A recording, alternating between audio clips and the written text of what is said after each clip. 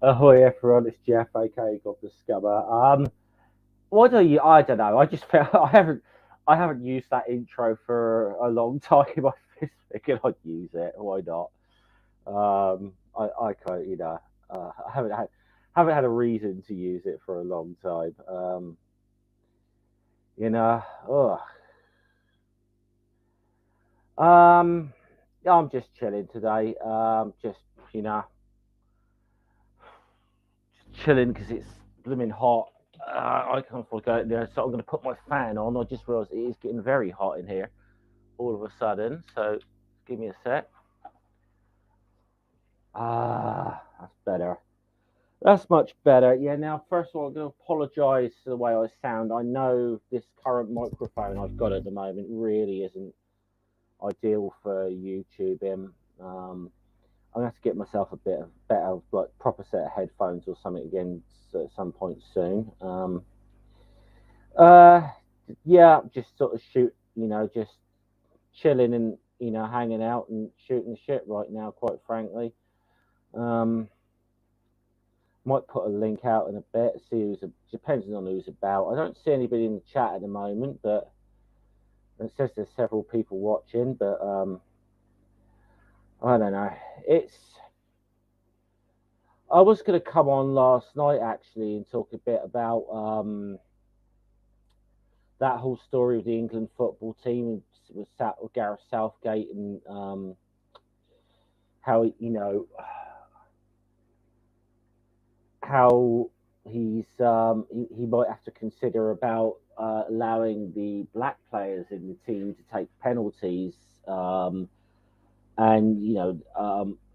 people cast their mind back to the European Championships last year. The whole thing with those players who got absolute racist abuse when they missed the penalties, and it was really horrible. So Southgate was obviously coming from this sort of point of view of I don't want them to have to go through that again. And I mean, I think the whole thing's a very sad story in a way that that essentially fucking racists are getting to determine how the England football team line up. Hello, George. Been a while, mate. Hi, Davros. Been a while, mate. But yeah, it's so I'm just kind of chilling and having beers and that. I've kind of not been keeping up with the news or anything really to me much today. I just wanted a whole day where I didn't listen to any fucking radio or anything or there's Stalls here. So no, I didn't even listen to O'Brien today. Still, before you ask, didn't even. I just needed a whole break from all of that today, mate. You know, so yeah, good. Yeah, I'm doing okay, George. I'm doing all right, mate. I haven't seen you in, like for fucking ever, mate. I really haven't. But um, mm, yeah, I haven't seen. It's been a while since I've seen you as well, still. Um, but yeah, so I was going to talk a bit about that last night, but then I just was like, I could, you have one of those days where you're a bit knackered and just like, I can't be fucking asked, you know, I cannot be fucking asked with this shit. And I mean, in a way, at the moment, I'm just kind of, I don't know, coming along because I need to get away from fucking atheist Twitter for a little while because once again it's doing my fucking head in. But I don't really want to go on too much about that. With Donna, but and I'm not going to name names or any. Well, I don't plan on it anyway. If someone else has seen the Twitter feed or whatever, they can say what they wish on it. But it's a bit again. It's one of those. Oh God, like oh, you're making us look so bad. Hmm. Yeah, that's it. Yeah, we're fighting. We're still fighting the revolution down here, George. Yeah, it's going to be the. Well, it's actually just a pint, Don. It's just Stella. Which I don't normally drink Stella Artois. Actually, it was on offer, so you know it was on offer. It's good. I'm seeing some of my actual real life. I mean, I'm not just seeing my internet buddies in here tonight. I'm seeing some real life people. Donna, George. You know, good to see you. But it's getting a wee bit. Yeah, like I said, definitely need to escape atheist Twitter for a little while again because it it oh nice, that's nice. Four four four Stellas for a quid. It's all right. That's okay. Hey Sandy, Sandy, been a while. Good to see you. Uh, yeah. Um. I just. I mean, like I said, I don't really want to come on here and bitch too much about it, but I kind of look. I feel like I'm an atheist YouTube creator that I feel spends a lot more time taking on shit that's being said by my own side these days. Actually, um, I'll have to let you know, Donna, because I am a bit, yeah, I am a little bit struggling this month financially. So if I can afford to come out on the 25th, I will do. But you know, I'm it might be a bit difficult.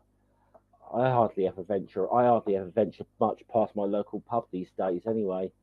But good to see you, Spooky. Been a while. I've seen a few people around here I haven't seen for a little while, actually. It's really good to see you.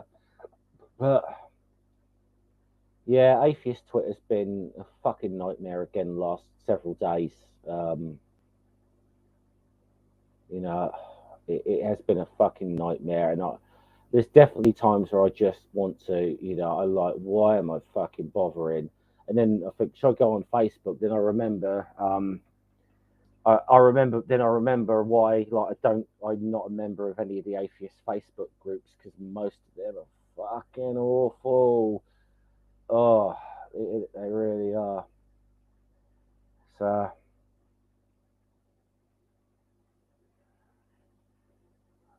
you bit, saying you haven't been able to eat out in a pub for freaking years. So, I feel for you. I feel for you. It's probably not going to get any easier to be able to do that. Uh, Either is it? I mean, cost of living at the moment. It's all a bit fucked up at the moment. It really is. Um, my sound's gone. Hello, is that better? Hey, Chaos. Hey, all. Look, said my sound's. Davros is saying my sound's gone. Well, people actually hear me.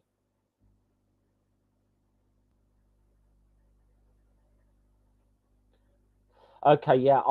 I'm just concerned because this microphone I've got is shit, and I know the sound quality of it is not very good.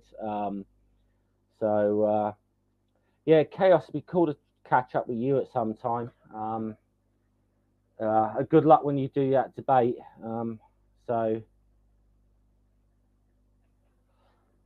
you haven't been out since the day before the pandemic. Well, oh, so that's your fault then, Spooky, is it? It's your fault all that shit happened. Yeah. Oh, good. You can hear us as well, Dave. Yeah, I was kind of just saying about how I needed to come on just for a little while, get the fuck away from atheist Twitter, and you know what I'm talking about because you've been in the same shit with me. Yeah, yeah. Well, good luck with yours. I don't know whether the one I was telling you about will actually happen. It's hopefully it will. But yeah, it could, like I said, that could be fireworks because there's no love lost between me and that particular person. So it could be It could be an interesting first experience of YouTube debating for me. I'd say that if it happens. I did say I did make a promise that I'd try and play nice though. Um, the key word there is try. Um, December 2019, and you didn't want to go to that event. I've gotten takeout, but rarely.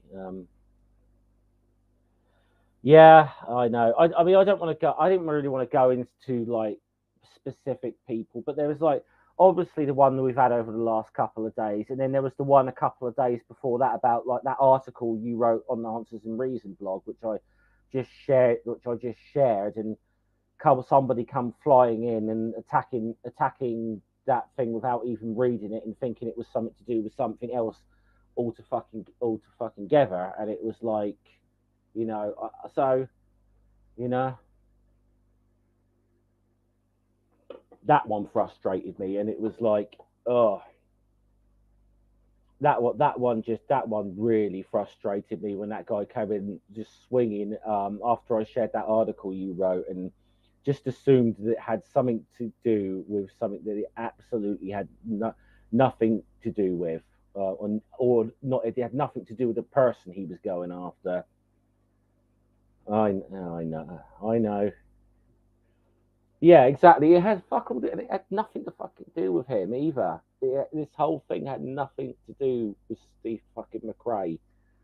He was not mentioned, referenced once in this. It had nothing to do with him, but it was just. I guess he's just so synonymous with. I just guess he's so synonymous with that anything on like definitions of atheism that people immediately think it's him now, and it's got something to do with him, and it absolutely had nothing. It was nothing to do with it. It was just, and it's like you could have at least read. You could actually just read what you uh, no, a plank maybe, Sam. A plank maybe, not a rock. Um, no, I mean I get on with him, but yeah, I know he can be a dickhead. Believe me, I know. But he's always been he's always been really cool to me. But I know he can be a dickhead, and he rubs a lot of people the wrong fucking way. Hey, Cameron. Um,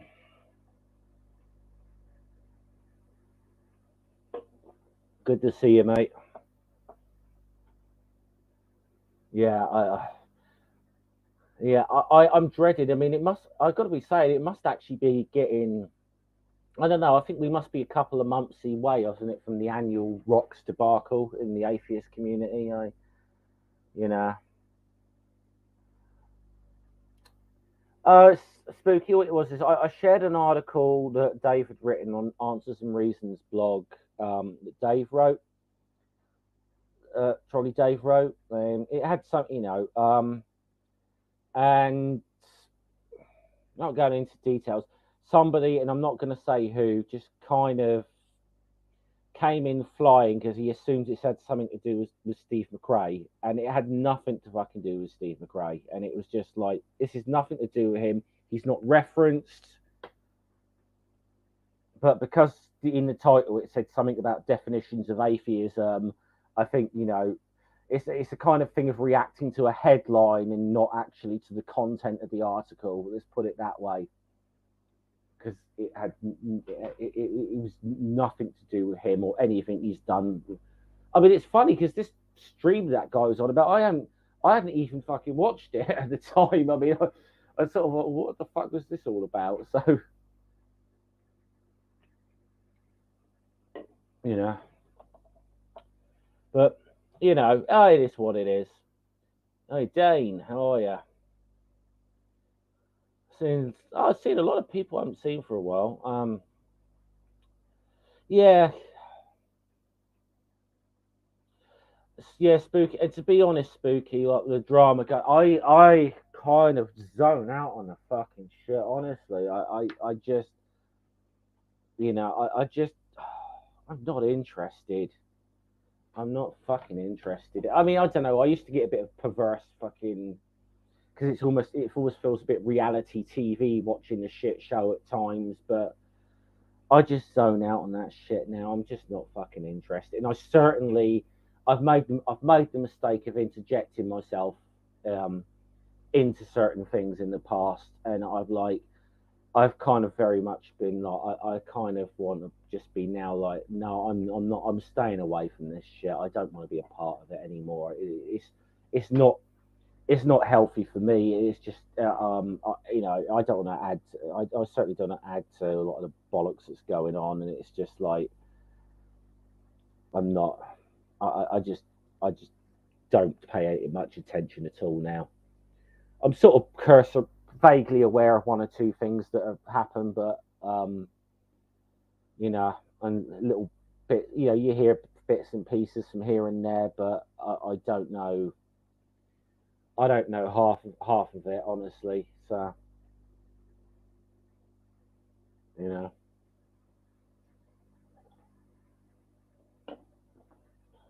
I mean, some of it's like very much. I can see the almost reality TV appeal of some, you know, some sort of shit shows and stuff. Um, but it's kind of like it's like the sort of I don't want to. I mean, look, I know that several content creators who I know do streams on people like G Man, on Shani for Christ, and that whole lot, that Rev and all that lot. I mean, look, they want to do content on that. Fine, knock yourself out. I don't care for it. That's just me. There's some content creators who I really like and really have respect for. That occasionally cover them, but I'm kind of like respectfully, if you're doing anything on them, I'm not going to tune in. Which is kind of cool. Which is cool because respectfully, look, if I'm doing something you're not interested in, you don't have to watch me either, do you? So you know it's fair enough, isn't it? It's you know no one's no one's forcing anyone to watch anything, are they? So, but I might open up the stream in a minute, so I might put a put a link in the chat or something. Anyone wants to come in? I mean, providing I know you, of course. Providing I actually sort of know who you are. Um,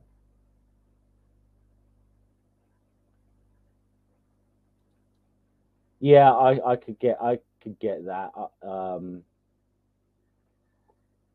I could get that.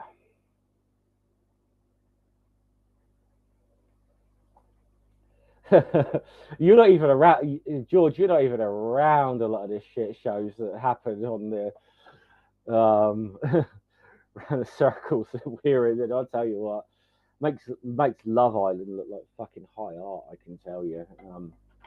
God damn, it really does. All right. Ew.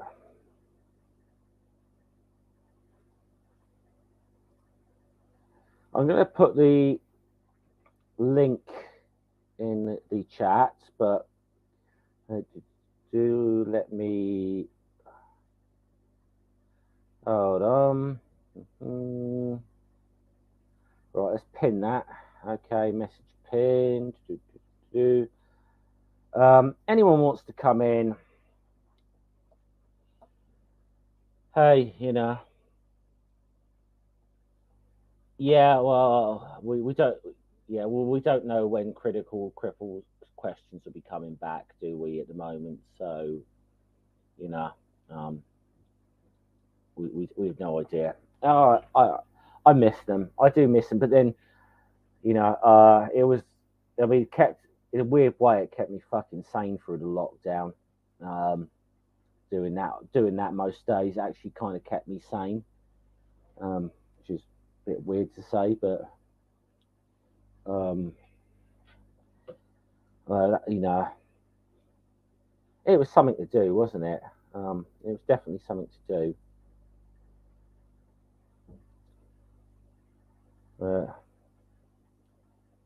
Yeah, no worries, no worries. But yeah, links in the chat if anyone wants to join. But yeah, providing obviously providing I know who you are. If I don't know you, you pop in here and I don't know who you are. I've got a rule about that because some fucker porn bomb one of my streams. So I'm very, I'm a bit like, no, if I don't know you, you won't be getting on screen kind of thing. So I'm kind of a wee bit like that. But yeah.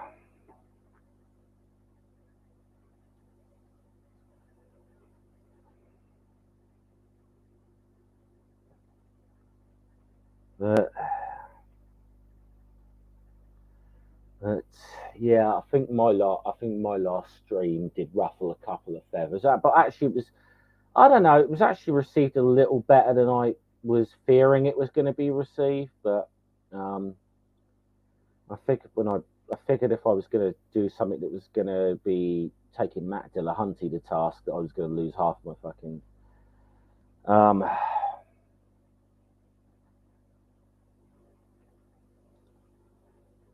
okay, Jesus Christ is our Lord and Savior, our Kyrios and Theos. He became incarnated in human flesh to die for our sins, conquering all evil with perfect righteousness. Holy, holy, holy to our Lord of hosts. Whatever. Okay.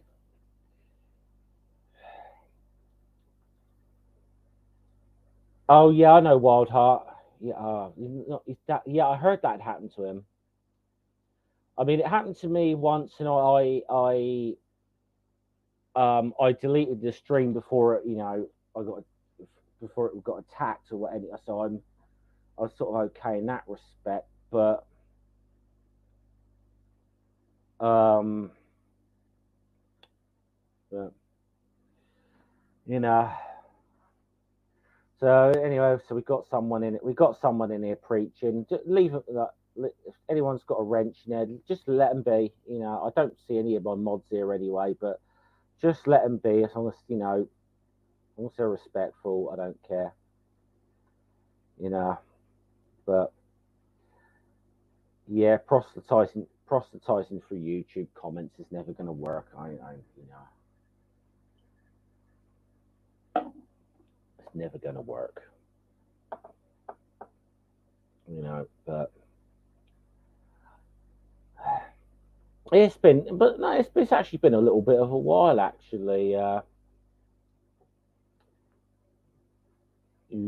You oh, I don't know. I've got to mod you from.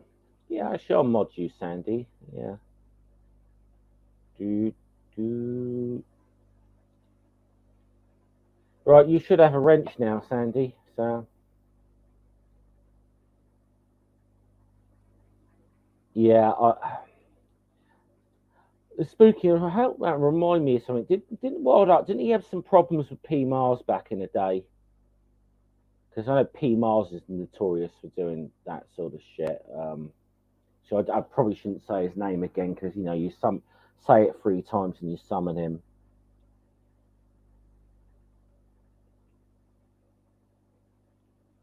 Purpose is not to proselytize but spread the message. What the fuck do you think proselytizing is?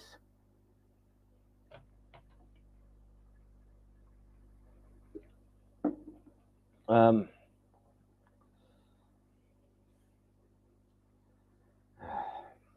yeah, I've got a question for you before you go. Actually, do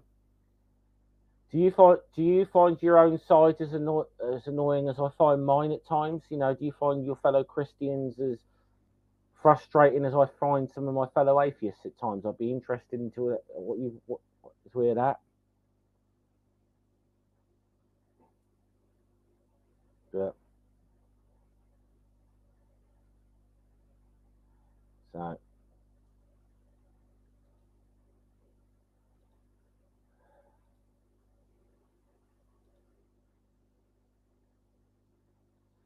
it's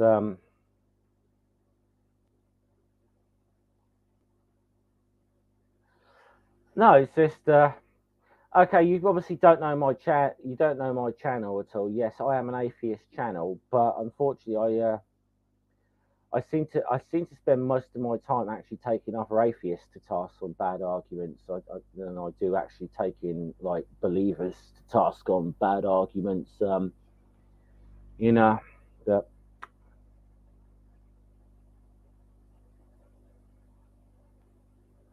Oh, I don't know. I thought you had some trouble. Hi, Claire. Good to see you. Good to see you. Welcome to come in, Claire. I did the links pinned. You're more than welcome to come in. I hear I hear through the grapevine you've agreed to host me and myself and Doctor Evil if that ever takes place. I've heard that through the grapevine from a mutual friend, which I thank you very much if you were agreeing to do that. So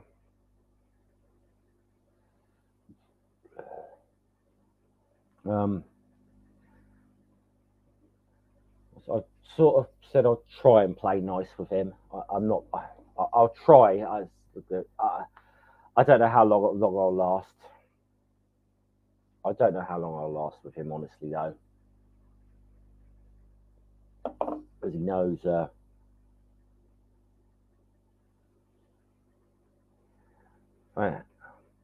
Thanks, Claire. Yeah, I mean, it's probably better to see that it didn't happen on my channel or his channel. So I've just got to stop my camera for 2 seconds. Um, yeah, because I felt it should definitely take place on a neutral channel. I understand why Matt didn't want to do it, but figured we'd ask around. I mean, there's certain. I mean, there was one or two ideas I did throw about like people who host debates or whatever out at Matt. Like any ideas? I mean, I did say, look, the one thing I draw the line at modern day debate. I won't go on there. I would never go on that channel. I'm sorry, I kind of draw the line at channels that support that are platforms neo Nazis. I'm sorry, I kind of do.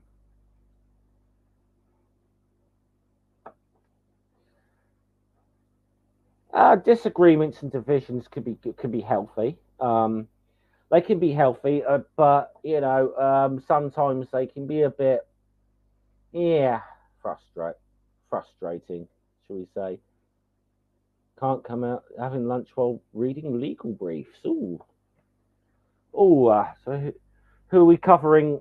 So what legal shenanigans are we covering at the moment, Claire? I mean, there's going to be a massive Amber Heard shaped hole left in your life now, isn't there? You know, when it comes to covering legal stuff, there's going to be that. So I know you've cut. I mean, I've actually paid. Yeah. Oh, Marilyn Manson. Now again, I haven't really looked at that, but I mean, does it look like he may be not as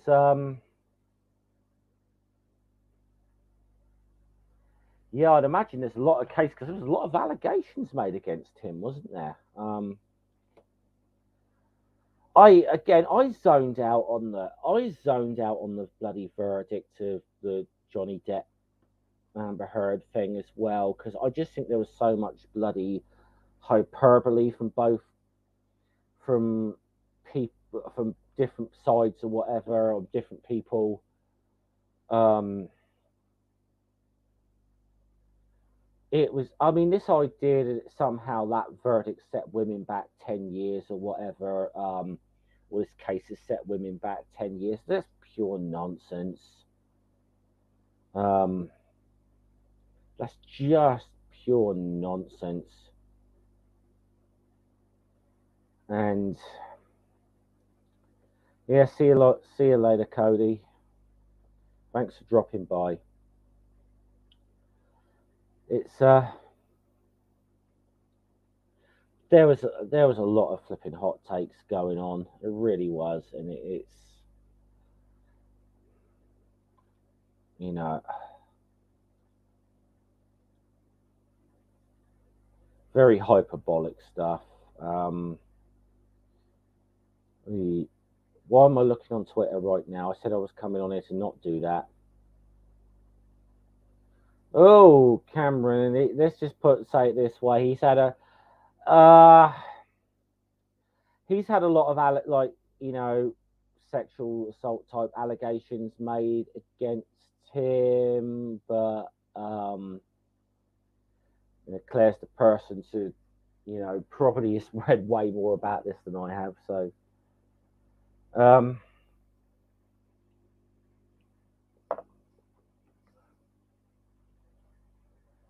it's it's. So he's filed defamation as well as he against his accusers. Okay, that'd be interesting to see. I like see like in terms of his music, I like some of it. Yeah, I know. Well, spooky. I know. I know. Look, I swear. Like, I swear honestly, I'm not making this shit up. I went in the pub one day when they normally got them in Sky Sports on or whatever. They had this fucking Johnny Depp and Amber Heard trial on TV. Nobody was fucking watching it, but unbelievable. I'm fucking real, honestly. Yeah, you just can't really avoid. You couldn't avoid much of it, honestly. It's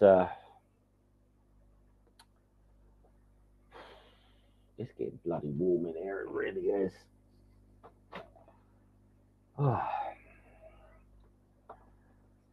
But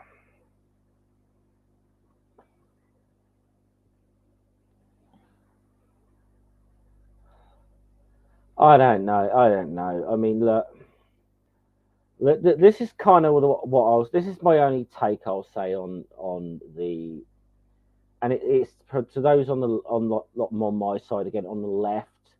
Say that this verdict set women back like decades. Get a grip, please, because let's just say, especially in America right now, there really is something going on that is going to there really is something going on with the whole Roe v. Wade thing that will set women back fucking decades if it's allowed to happen. So let's get things into some sort of perspective, shall we?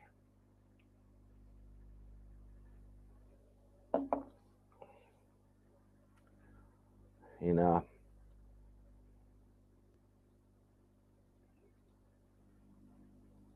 and that's my only real take I've had on the whole thing, honestly.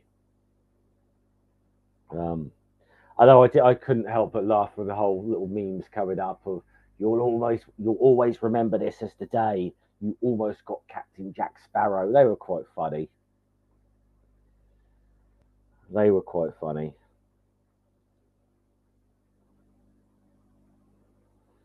But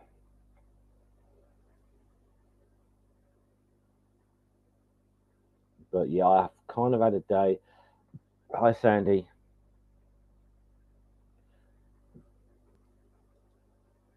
Is that the vote from the other day? But I think everybody expected him to like not be out, but yeah, that was still not a good. That was not a good result for him. That was still not a. Any way he tries to spin that, that is not good for him, for Boris Johnson whatsoever. He is hanging on by the skin of his teeth right now. Because I think the funniest one. Now I'll say this: um, Jacob Rees-Mogg, right? James, I was listening to O'Brien on LBC yesterday, and he played the two clips of Jacob Rees-Mogg. And it was after because there was a similar thing with Theresa May, wasn't there? There was a vote of no confidence in her, and like almost a third of the parliamentary MPs or whatever voted no confidence, and he said that this is a disaster for the Prime Minister. And because, by the way, just so you know, Jacob Rees-Mogg instigated that no confidence thing against Theresa May. He was one of the architects of that. And he was saying this is a total disaster, positions untenable, whatever. Well, Boris's result was actually worse than Theresa May's result. It was statistically worse in every way you want to measure it. His result was worse, and he's a brilliant job, brilliant. Now we can get on with the job. Blah blah blah. Forget all this. I'm like, look, come on, even when if more than 40% of your own fucking MPs are telling you need to fuck off, And this isn't even about like partisan politics anymore with Boris Johnson. Okay, I think this is because let's be honest, I think there's a hell of a lot of actual Conservative supporters that want him gone now. That want him gone. This is not even about partisan politics anymore. Oh yeah, it was Mogg who led the it was Mogg and the real hardline Brexiteer mob that bullied Theresa May out. Yeah, but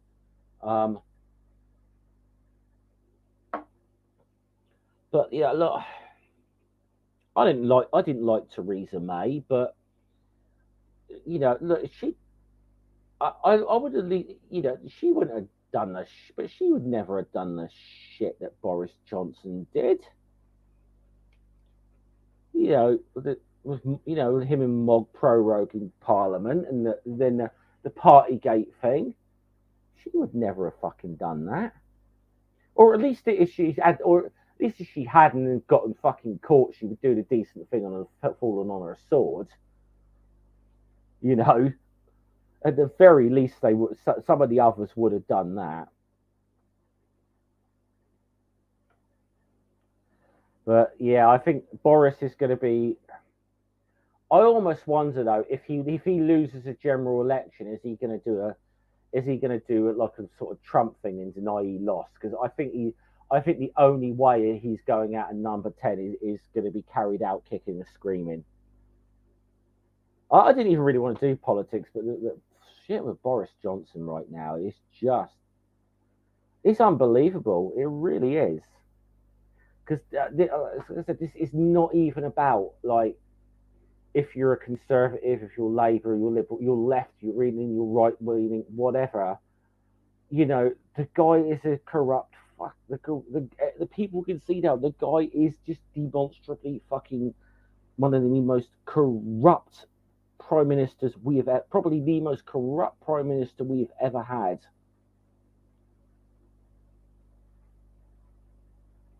Yeah. Oh, I would love that. Actually, who was that Pratt? Who was that Pratt? Called said it was a witch hunt from the BBC, and it was a witch hunt from the BBC and the Labour Party and the media. Lee Anderson. George, have you ever seen Lee Anderson? I'm sure you must have come across him. You want to talk about a moron? I want to tell you. So if look, I think. I still think America has us beat. Well, actually, for insane politicians. Okay, I mean, I still think when it comes to like absolute insanity, America still has got like Marjorie Taylor Greene and Lauren Boebert or whatever. And they are on a whole nother level. But good lord, I'll tell you what. If any of our American, so you want to check out Lee Anderson and Nadine Dorries. If you want to see just sheer stupid in action.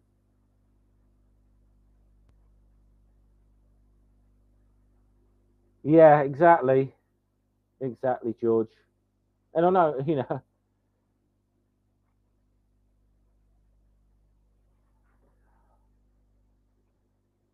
I don't know. I just don't know at this point. I don't know. There'd be some sort of excuse for it, I'm sure. But so I'm just going to go off screen for 2 secs. Yeah, I think he's. I don't know what he'd do, honestly. I really don't. I think. Yeah, I don't. He's not quite as. I, I don't think he's quite as much of a flipping big baby as Donald Trump was, but he's certainly. It's weird, isn't it? Because you listen to some of the people, like even like his former school headmaster said something about him, like he didn't see why the rules applied to him, So yeah, Boris is just. It's a worrying sign that it's a really a worrying sign because we used to just think that this was like strictly in America that we had this kind of level of insanity in politics, or we did. Well, I didn't say only in America because there's places that are way more fucking insane in the United States. Believe it or not, Oh, sorry, we still haven't quite got to one of these. We still quite haven't got to one of these things where we have brawls in Parliament yet, but I think I know I've got to admit I'd be way more inclined to watch Prime Minister's Question Time if we did have some proper brawls in Parliament. I think that'd be I think that would be fucking.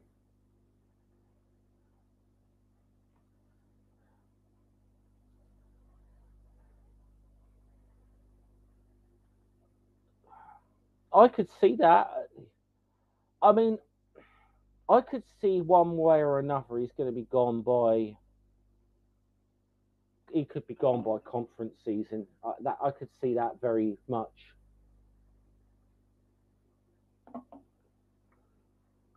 But I do think I've been a wee bit more impressed with Keir Starmer recently, but I still think he's not really selling himself though. I mean, he's good in like PMQs and stuff like that. I think he's a lot better at that than but he's not.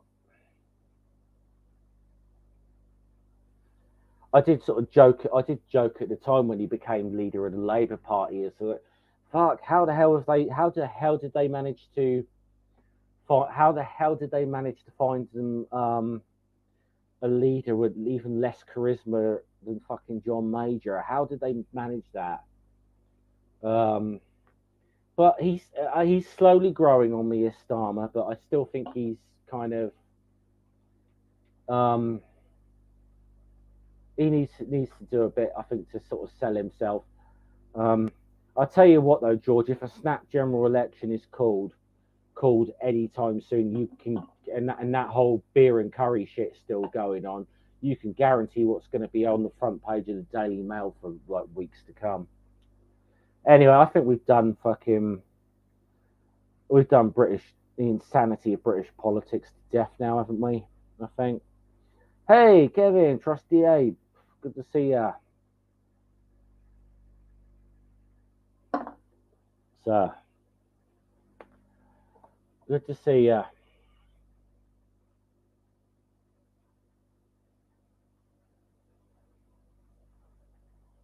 Yeah, but yeah, I think we've done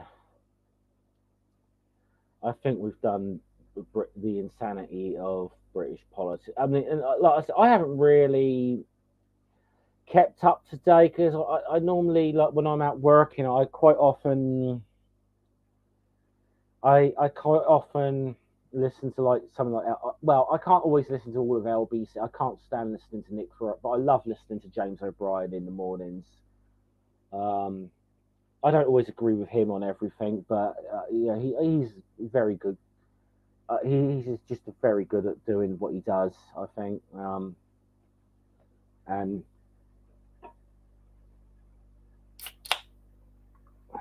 so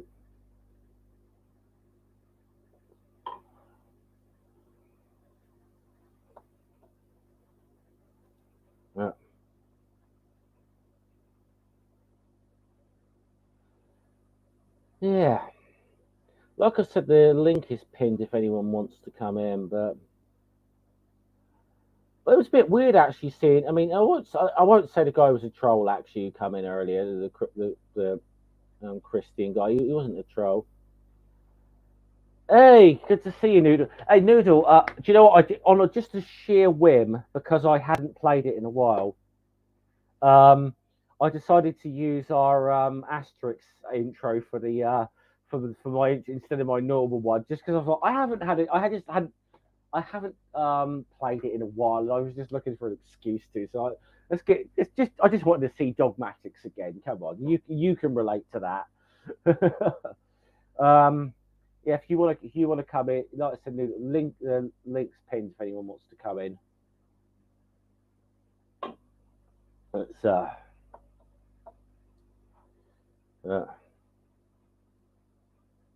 oh, Kevin had a lively stream with trolls galore. I don't get them quite so much these days, actually. Well, no. I tell you, actually, last one I had actually, and funny, he seemed to be looking around a lot of like smaller, lesser known atheist channels. Because I know he left a comment on one of One Ring's videos. It's a name for Blast of Us. Brett Keane showed up in one of my live chats actually and was doing a debate me, bro. And if there's one person I have no interest in talking to is fucking Brett Keane. Um, but but just the way he's such a dishonest fucking prick. I just no interest. He is not worth talking to. He really isn't. You know.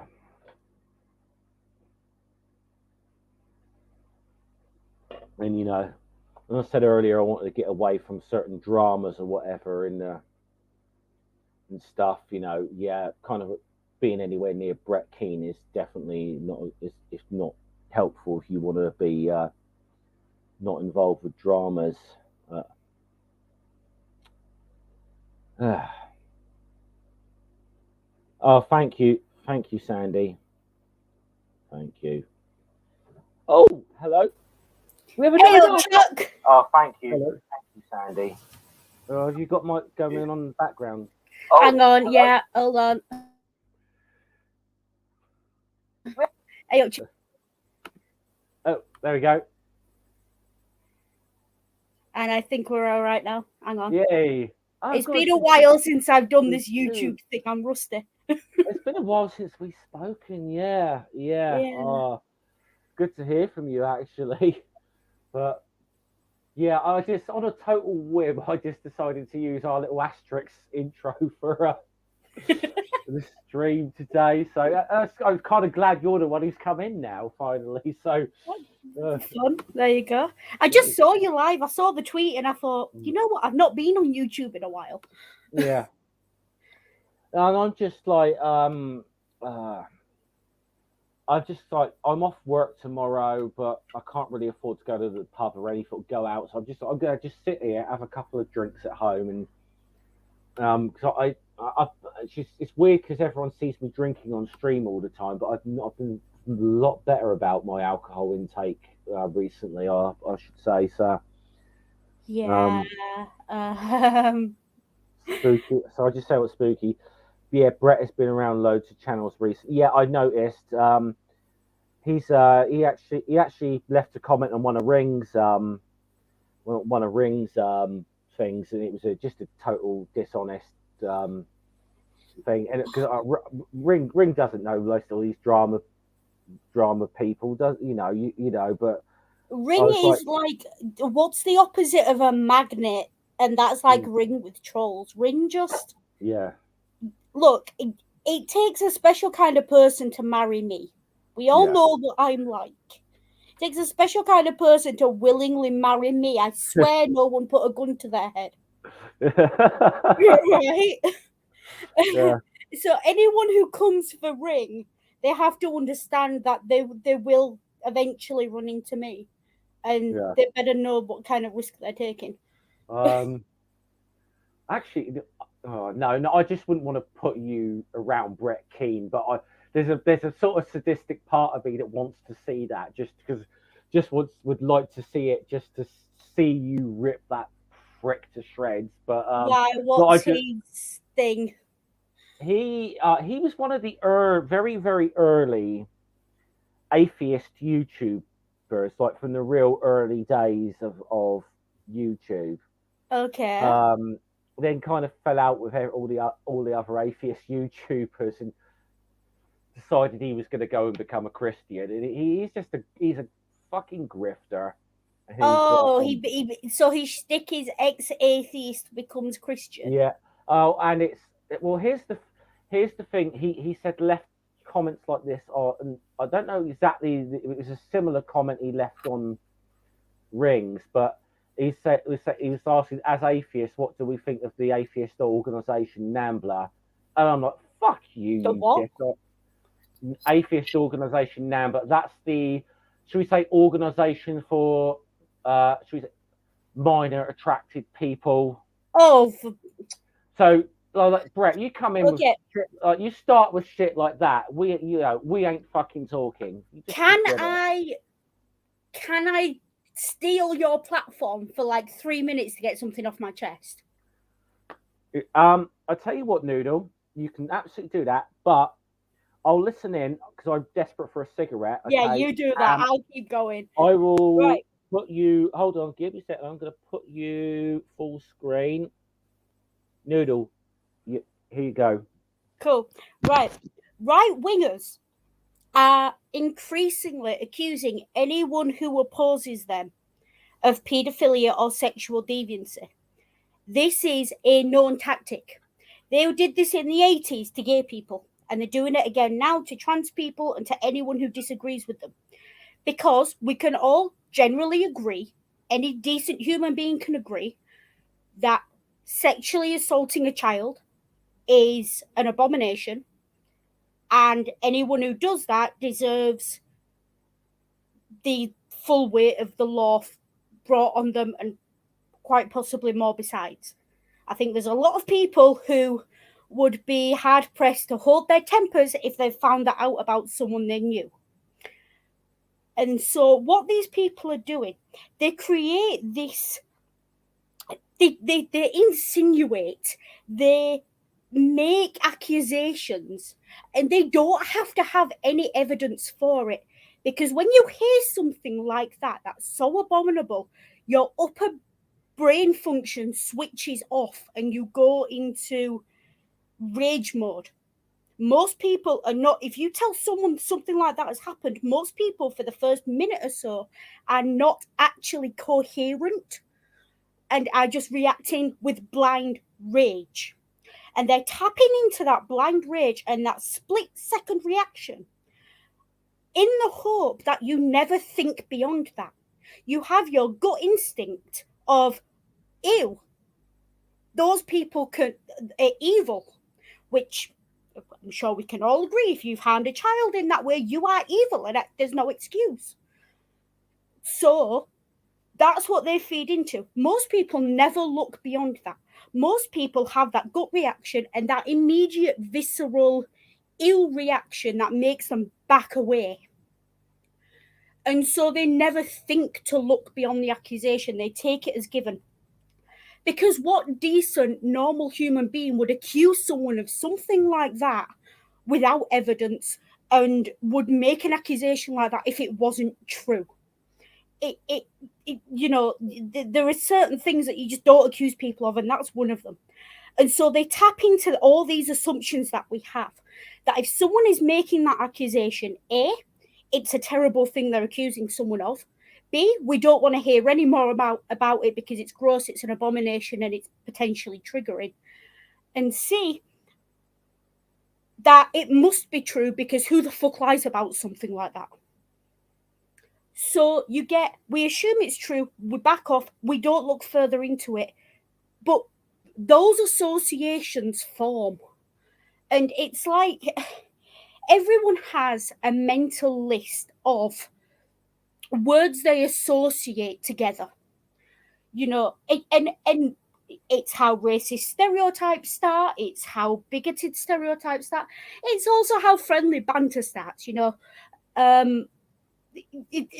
Off the top of my head, these are not things I believe, but off the top of my head, fairly common things that you'll hear, you know, Germans are always on the sunbeds in the putting out towels early in the hotel, or you know, the French cover their food in garlic, or the Italians talk with their hands, or the British drink too much tea and have bad teeth, or you know, all these things. And it's because your brain cannot actively take in the multitudes of variety in humanity. So you hear a word or you hear a group of people and you associate it with the most recent words you heard about them and the words that you had the strongest emotional reaction to, because you remember the emotional reaction. So this person comes along and insinuates that atheists are somehow associated with quote unquote minor attractive people, pedophiles.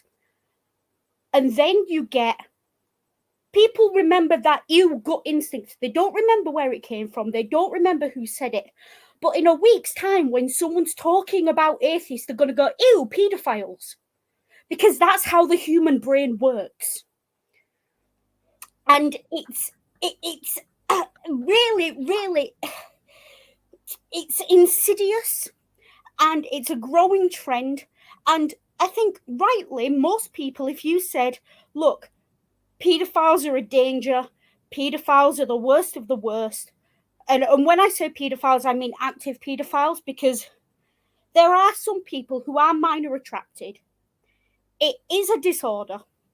They do seek help and they have no intention of harming anyone. And for my money, look, if you know you've got that attraction and you are actively staying away from kids and you've told all the parents in your life, don't leave me near your kids, I want nothing to do with them, cool, fine. You deserve to get treatment and help to try and live a healthy life and deal with your disorder. The minute I catch you so much as looking at a kid, we've got a problem. Yeah. And, you know, and I'm going to say in consuming CP on as well, I'm going to also put in that the minute you do that, you've kind of crossed the line. Yeah, the minute you look, you've crossed the line then. There's this thing in fandoms where they'll accuse people who like anime or the Lolita style of being pedophiles. Yeah. Look, if you are a pedophile or you are minor attracted and anime or lolly or any other stylized fandom artwork or anything else gets you through and means you don't harm a real human child, you have at it with my blessing. Just don't talk to me about it. I don't want to hear about it. And no one else does either. That's your business. But this is what these people do. They come in and they make these insinuations about groups of people, knowing full well people will not remember where it came from. People will not interrogate the source. And then people will go on and on and on. And they will carry that emotional, gut, visceral, disgusted reaction. And they'll never remember where it came from, but they will carry that, and it slowly builds and it builds into a bigotry, whereby this is where you see now the rise in trans people being called pedophiles, or drag queens, or gay men. It happens over and over again because it's one of the worst crimes a human being can commit. And that's what they're tapping into. And can I just put a banner up? I need a cigarette now. Okay. Can I just put a banner up then to just put a bow on this? It's very simple. Yes. Fuck Brett King. I don't even know who this Brett King is, but I've seen that tactic so much. He's the bloke's like I said. But this is what I mean. He puts stuff like that up, and then he's like, in my live chat, we should debate. You should debate me. I'm like, why the fuck would I want to talk to you after that? That's your opening line. Why would I want to debate someone who believes that about me? No, that's clearly not going to be an honest answer. You know, because I mentioned it earlier, and you sort of already knew because we've talked a bit about it in our private, one of the private Twitter groups we're in. But yeah, there's a guy that if possibly I might be debating if it happens, and yeah, it could be a bit of a dumpster fire because he knows I don't like him, you know. So, and you know, I've seen I've rewatched him he had this debate once before with Jay, and Jay was playing nice with him, and his argument was piss poor, but then he's gone around telling everyone how he walloped Jay, but this guy's just how can I put it? He's one of these guys when you first come across him, he seems like okay. He seems like he's someone who's quite genuine and wants to have conversations or whatever. And the more time you spend around him, the more you just get this vibe that he's a disingenuous prick. Yeah, I was literally about to say the words "a disingenuous prick." You beat me to it. I've never met this guy, never spoken to him. I'm going based purely off what Scum is saying, but it doesn't sound like nice people. And look, I have my issues with Jay aside, my personal issues. Yeah, I know. Yeah, I'm not going to air them because it's not necessary. Me and Jay don't get on. But if there's one thing I can be fairly sure of, is that when Jay goes to enter a debate, a formal debate, he will have done his homework. Yeah. He will have absolutely done his homework, and no one will have just pounded him into the ground. I mean, it was more a conversation, I suppose, than what you call a formal debate sort of thing. But Jay was very, Jay was making a lot of good points, but he was playing nice with this guy. Now I said I'd try and play nice to a degree, but I said I do. I've listened to that, and there's points that I want to hammer him on. I mean, Jesus, what kind of a cult can atheism be? Honestly, when a lot of the time we can't even fucking agree on the definition of the term. I mean, to be fair, that's how schisms start. So it could be a fairly advanced cult in that sense. Yeah, I would go. See, this is where I think where he and I differ. Where he and I really part ways and go apart. Because I'm willing to admit that there's, I think that there is groupthink within a lot of atheist circles. That I think there is dogma in certain atheist circles. But then to make an overreaching whole thing, it'd be like me saying Christianity is one big cult. Okay, it doesn't hold water. No, because which version of Christianity are you talking about? Yeah, I mean, it would be like me saying, like to you, polytheism is one big cult. Yeah, exactly. Exactly.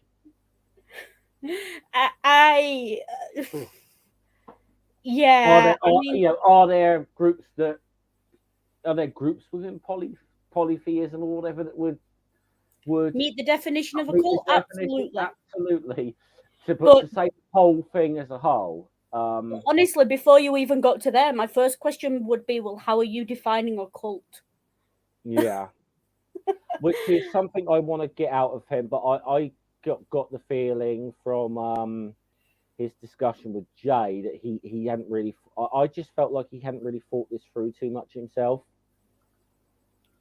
So, you know what? I said this on Twitter, I think yesterday or the day before, where I said that there are certain people who I see it in atheist circles, I see it in other circles as well. It's not just atheists I'm picking on, but they do have this habit of proselytizing,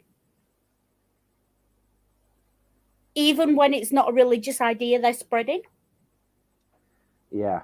And I hate to say it, correct me if I'm wrong, Scummer, it seems to be a very American thing that they do this.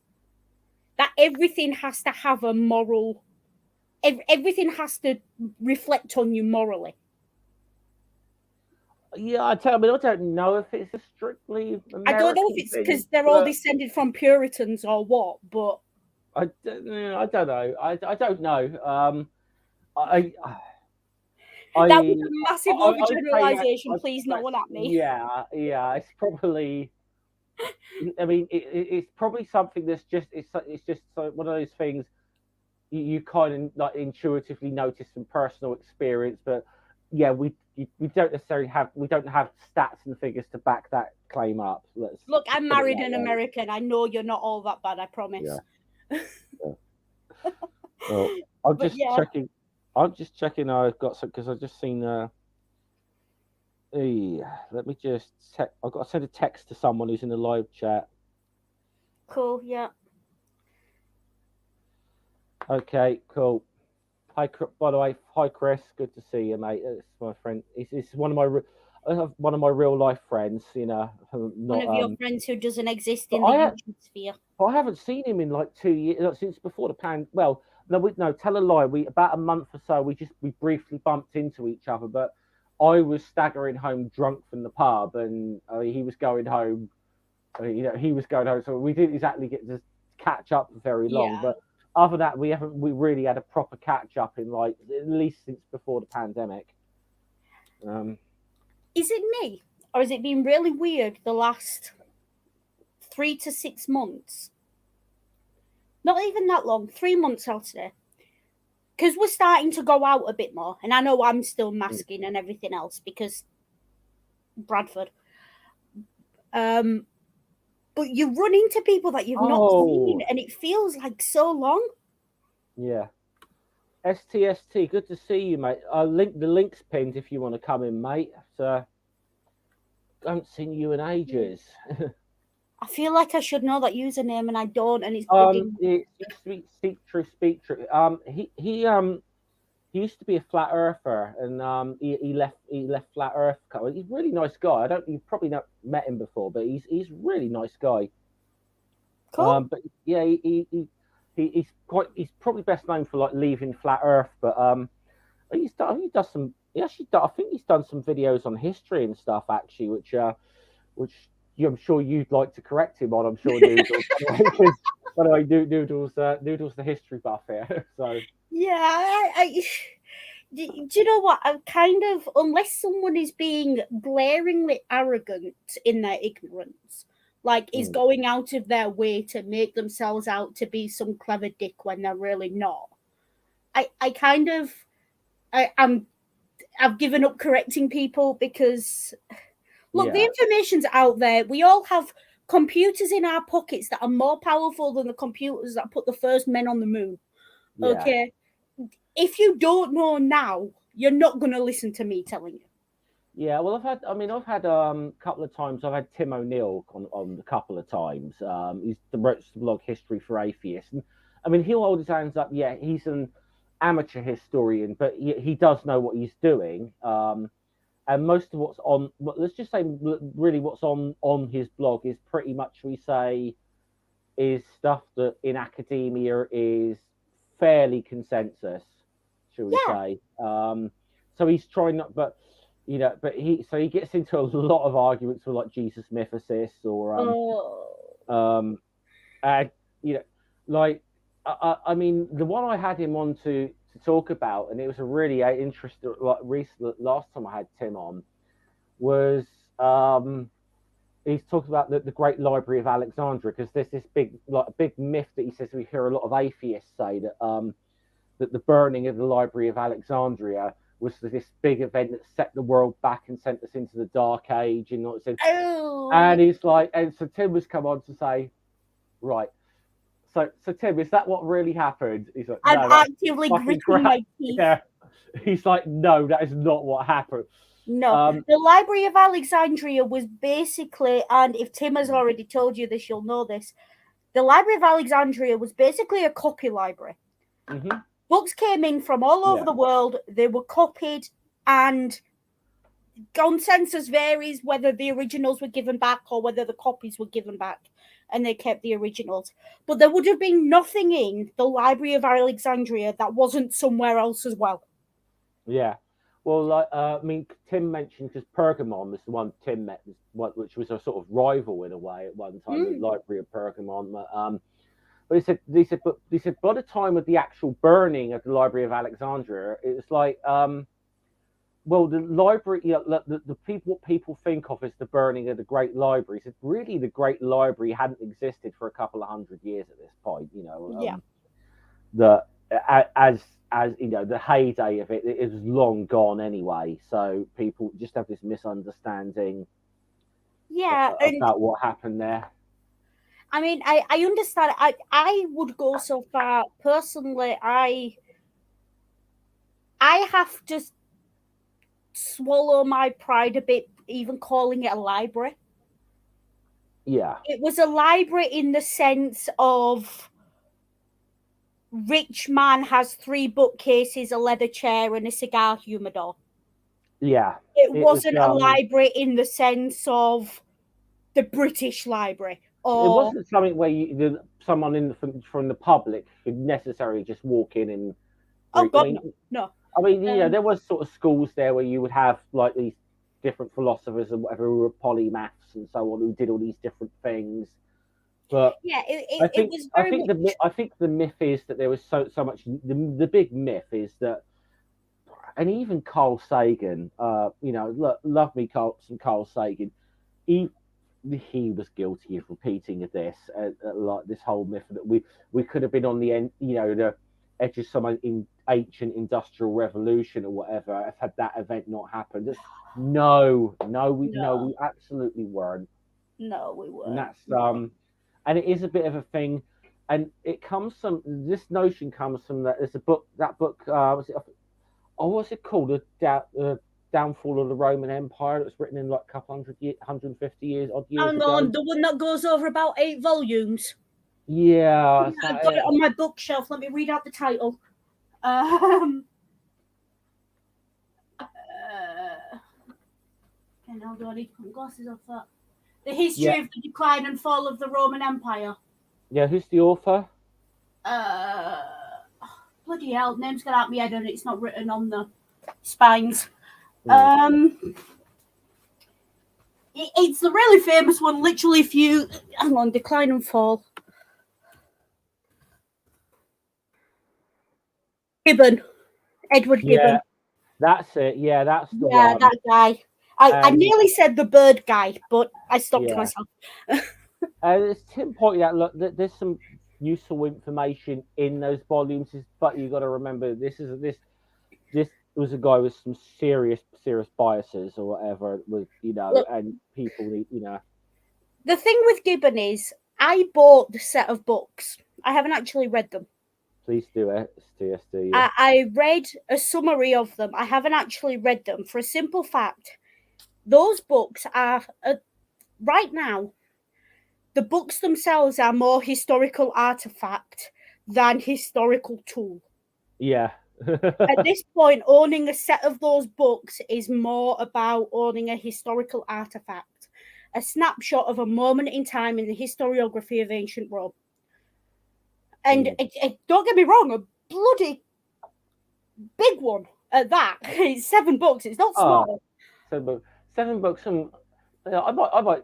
No, I was just going to say I might send you a Christmas present, every volume of the new chronology, but then you never fucking speak to me again. Yeah. No, but you know what I mean. It's like owning Gibbon's books, and this is not a reflection on Gibbon's character. This is not me making any commentary on Gibbon's character or anything else. It's like owning an original handwritten version of a famous person's autobiography, or of Anne Frank's diaries, or of Mein Kampf, or of, these famous books throughout history, Lady Chatterley's Lover, or something like that. It's like owning a first edition of something like that. You buy it, you don't buy it to read it. You buy it because it is a bona fide piece of history. Yeah. It's the same reason you buy like antique pottery or something, or an antique watch. It's the same thing. You don't buy it to use it. You buy it because it's a little bit of a status symbol, but it's a way of tapping into that history. And it's the history of the study, not the history of Rome itself. Yeah. And Gibbon is so widely known, and he's such a big name in the study of ancient Rome, that even though of those 7 books, about 4 pages probably stand up to scrutiny today. Yeah. And I'm being generous.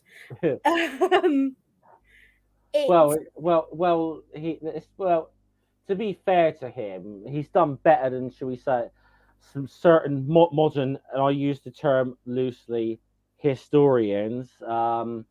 That he was aware that ancient Rome wasn't really a Greek city, and it was shit wasn't covered up by the Catholic Church. So So he's ahead of. Doing better than that. He's ahead of certain people who were on. Well, actually, no, she's not on TikTok anymore. She got kicked off. That girl who started that one. Oh, yeah. Yeah. Oh, yeah. I don't know. She got kicked off of TikTok. Kind of turns out she's a bit of a racist. No shit. So, yeah. Look, unfortunately, there are 3 kinds of people who study ancient Rome, and you're gonna identify with this because it's the same 3 kinds of people who study Norse myth. You have your historians. Hold on. What's I'm trying? I don't know this Maddie C. I don't either. Just ignore them. I assume they're trolling. Yeah, I'm sure you're trolling, but Noodle's not on camera right now, but I have to love black people. My family are black. Yeah. Okay. Exactly. So if I, I'll let you be in here for the time being, but if you're just gonna troll, you'll be gone. Yeah. But yeah, as with Norse, as with any ancient civilization, really, there's 3 kinds of people who study them. There are historians, enthusiasts, and unfortunately racists. Yeah. That's just, especially with ancient Rome, because where do you think all the fascists got their symbolism from? Like, did you think that eagle on the Roman salute, for example? The Roman salute, the eagle, how many times when we were reading those Asterix books do we have to make that? We have to clarify that salute isn't what you think it means. Okay. Do you know what? When I've got time, I'm going to go through, I'm going to download all of our old streams, and I'm going to make a drinking game video where I cut every single time we said that's not what you think it is into one video. I think we could do like a best of, actually. Yeah, like it's not what you think. It's like, see how many shots you can take before it is what you think, because Yeah. I haven't got round to reading the latest one that came out, because I think by the end of it we were getting a little fed up with. Let's just say, obviously if people watching, I know it's only like 3 or 4 people, but who weren't familiar with what Noodle and I were doing, we did a whole review from like start to like the finish of the Asterix series of comics. And let's just say there's certain things that, though they were uncomfortable to see, and they were not appropriate, you could sort of say, well, these things were written in the 60s or the 70s or whatever, that they were a product of their time. But as we got nearer and nearer and nearer to our time, it's like, and these things were not being changed. It was getting a little, especially the way. It's so indefensible. In that it is. Yeah, I mean, if we did a drinking game of our old Asterix stream, let's take it from the top. We'd have that salute is not what you think it is. Yeah. Beware the pirates. Yeah. Let's see. Obligatory fat joke incoming. What else did we end up saying a lot of?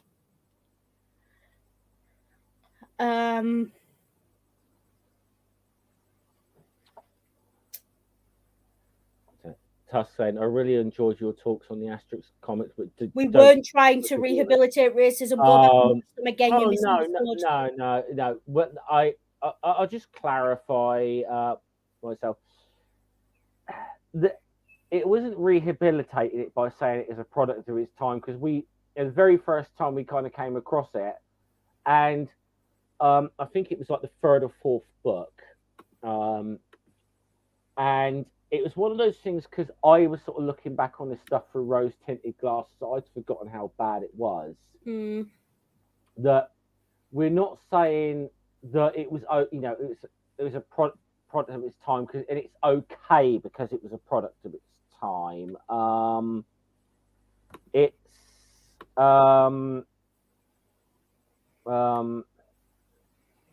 it was just like, okay, there are certain things that, although they were wrong, were maybe a little more socially acceptable at the time. Sort of, the whole cultural relativism or whatever of the time period. That, yeah, they are bad, but you could somewhat understand why they were there. They were there.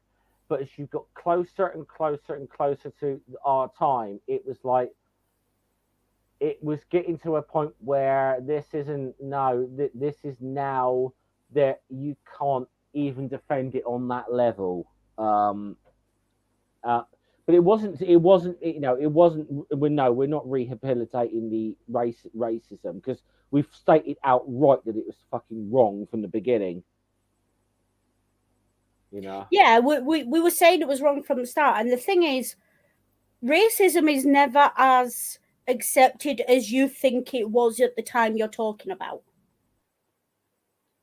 But there are periods of history and times in history, and I'll say the French haven't got the best history, and it is a French comic at the end of the day, where even though it's unacceptable, you can understand why it made its way into something meant for children, because it was so widespread. It was, you have to understand the time it was in, and you can't go about taking modern sensibilities and applying them to historical documents. That's why by the time we got to the end, we were both sick and tired of it, and we were ready to go off, because when you see the pirates, for example, in a book from the 50s or the 60s, it's not acceptable, but you can almost see how it was still socially acceptable at the time in its context, even though they will have known it was wrong, but they still did it anyway. Yeah.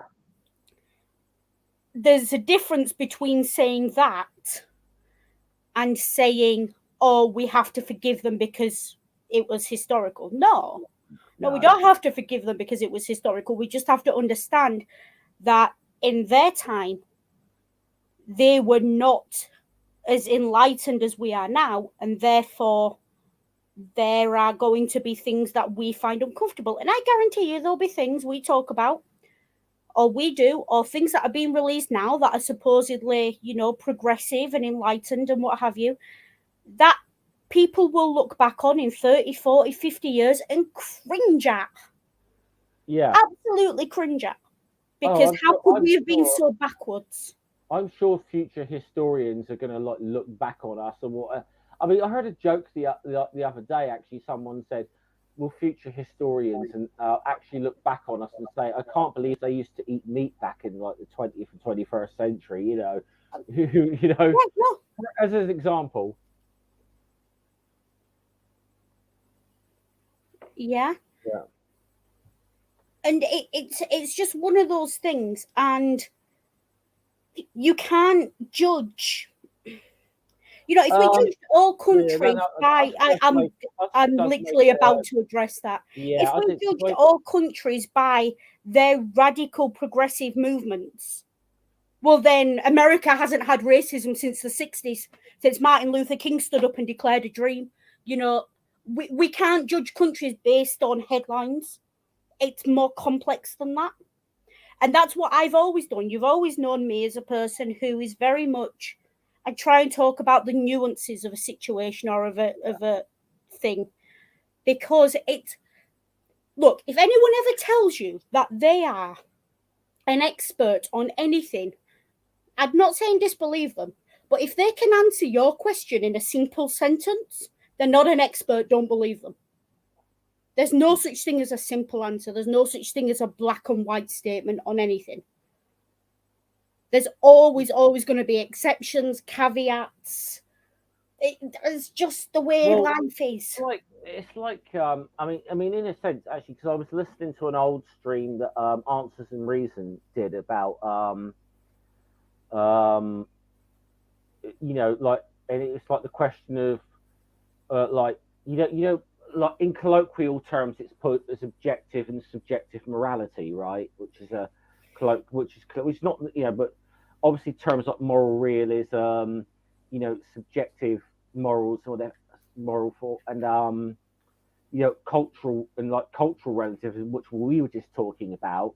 And a lot of people seem to get like these things like subjective morality and cultural relativism and so on or historical relativism, tend to get those terms confused and stuff at times. So it kind of plays into a bit of that, because we could say that, yes, that, you know, and because this is almost like a philosophical question, you know, a philosophical kind of thing here on a standard of morality, that we could say this was the culture of that time, and it's culturally relative. Now, and relative to them, it may have been seen as moral to do certain things that it wouldn't be there. But we would argue that there's something that actually always made that thing immoral. You know, if you're looking at it from a moral realism, that there's some sort of truth maker. That's the way I heard it phrased, that, you know, makes that thing wrong despite of the, you know, the relativism of the time. I mean, it's actually it's actually very difficult, I think, for someone who's just like myself, who's just starting to dip my toes into these topics, to really get your head around. But I think I've come to learn that anyone who sort of says, you know, it just makes a blanket statement of morality is objective or morality is subjective as a blanket statement, I don't think has really examined the topic. Yeah, it's one of those things where you kind of it's not just morality, it's history, it's people, it's politics. Look, there are going to be people right now, let's say, taking a general example, looking at British politics, who genuinely believe in their heart of hearts. Come in, mate. Come on, no. Come on, join in. All welcome. No, we're bullshitting. We make it sound like we know what we're talking about, but you know. Well, actually, no. Sandra Noodle does. Let me tell you something. 95% of what most experts say is waffle. Yeah. And it's why I don't really get on with academia. It's why I don't get on with academics, because they'll stand, you know, and they'll say things or they'll write things. And I'm just like, okay, but can you actually explain that to me like I'm a 4-year-old? Explain it to me like I'm a 4-year-old. And you find that most academics don't actually understand what the hell they're talking about. They've just learned to parrot fancy words and put on airs and graces. Yeah. So it's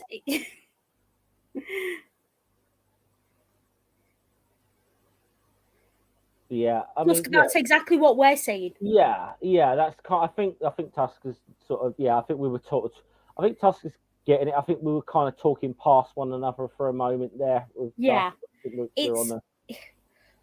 look. Okay. You look at things like. Sorry, I'll just have a little bit of fun and nerdy. Morality is subjective. I think you're objectively wrong there, nerdy. That's what I said. No, but we look back at famous things like the Fawlty Towers don't mention the war sketch. That is an objective fact. No dragons for Tusk. Valid. Like, for example, we look back at things like Fawlty Towers don't mention the war sketch, which I'm sure is quite hurtful to a lot of people who are German. Yeah. We look back at things like certain Monty Python sketches. And I'll actually say that's not the worst bit of that episode. No, it's really not. But there's a reason I picked that bit and not the other bit. We're not going to. We don't talk about the other bit. Well, I'm not even going to say because that is indefensible words, because that is not even defense. Even in the 70s, I think that was over the line. Yeah, like the Fawlty Towers. I got where they were coming from with that episode. The whole point is the captain was trying to get a reaction, and when he didn't get one, he tried again. He was like a child playing for attention. Yeah. I got the point of the joke. It just wasn't funny because of the way he did it. The same with the Don't Mention the War sketch. It was that awkwardness of, well, I don't know what to say. I mean, and it was ripping on that. I mean, the pity of that whole thing with the Major, that whole scene, is I just remember a few seconds before he made that awful. Yeah. There was quite a funny little joke put in. He's talking about like a woman he met, and he says, "Yes, I took her to see India." He's like, and you think he's he took her to the colonies to see India. Yeah, at the Oval. I was like, oh god, he took her to a cricket. So he took her to a cricket match. I don't know why, but the way he delivered that was really funny. Yeah, and then fantastic. Comes up, and I'm like. But that was, for me, looking back on that, the whole point of that joke has to be, as we receive it in the 21st century, normal people who you find funny and you think are reasonable can be and are racist. And the way to shut them down is not to give them power over you. Which that was the reaction of not giving him a reaction, because if there'd have been a reaction there, it'd have caused a blowout fight and all the rest of it. So sometimes the best reaction is no reaction. Yeah. That was a very privileged message coming from a bunch of Cambridge comedy boys. Yeah. And I see the point they were making. It was the best they could do. It wasn't perfect. And then you've got the Don't Mention the War, which is the awkwardness of, well, what do you talk about? And that whole episode for me was about how we deal with bigotry in different situations. Nerdy, you do know what Noodle and I did for like nearly 2 years, don't you? Together. Yeah. On YouTube. Yeah. And it's. Sorry, hold on. Can I just do this? We'll take ourselves. We'll just go off of screen for 2 secs, Noodle. I'm going to play something. Yeah. Nerdy, just so you know. Let's try and jog Nerdy. Oh.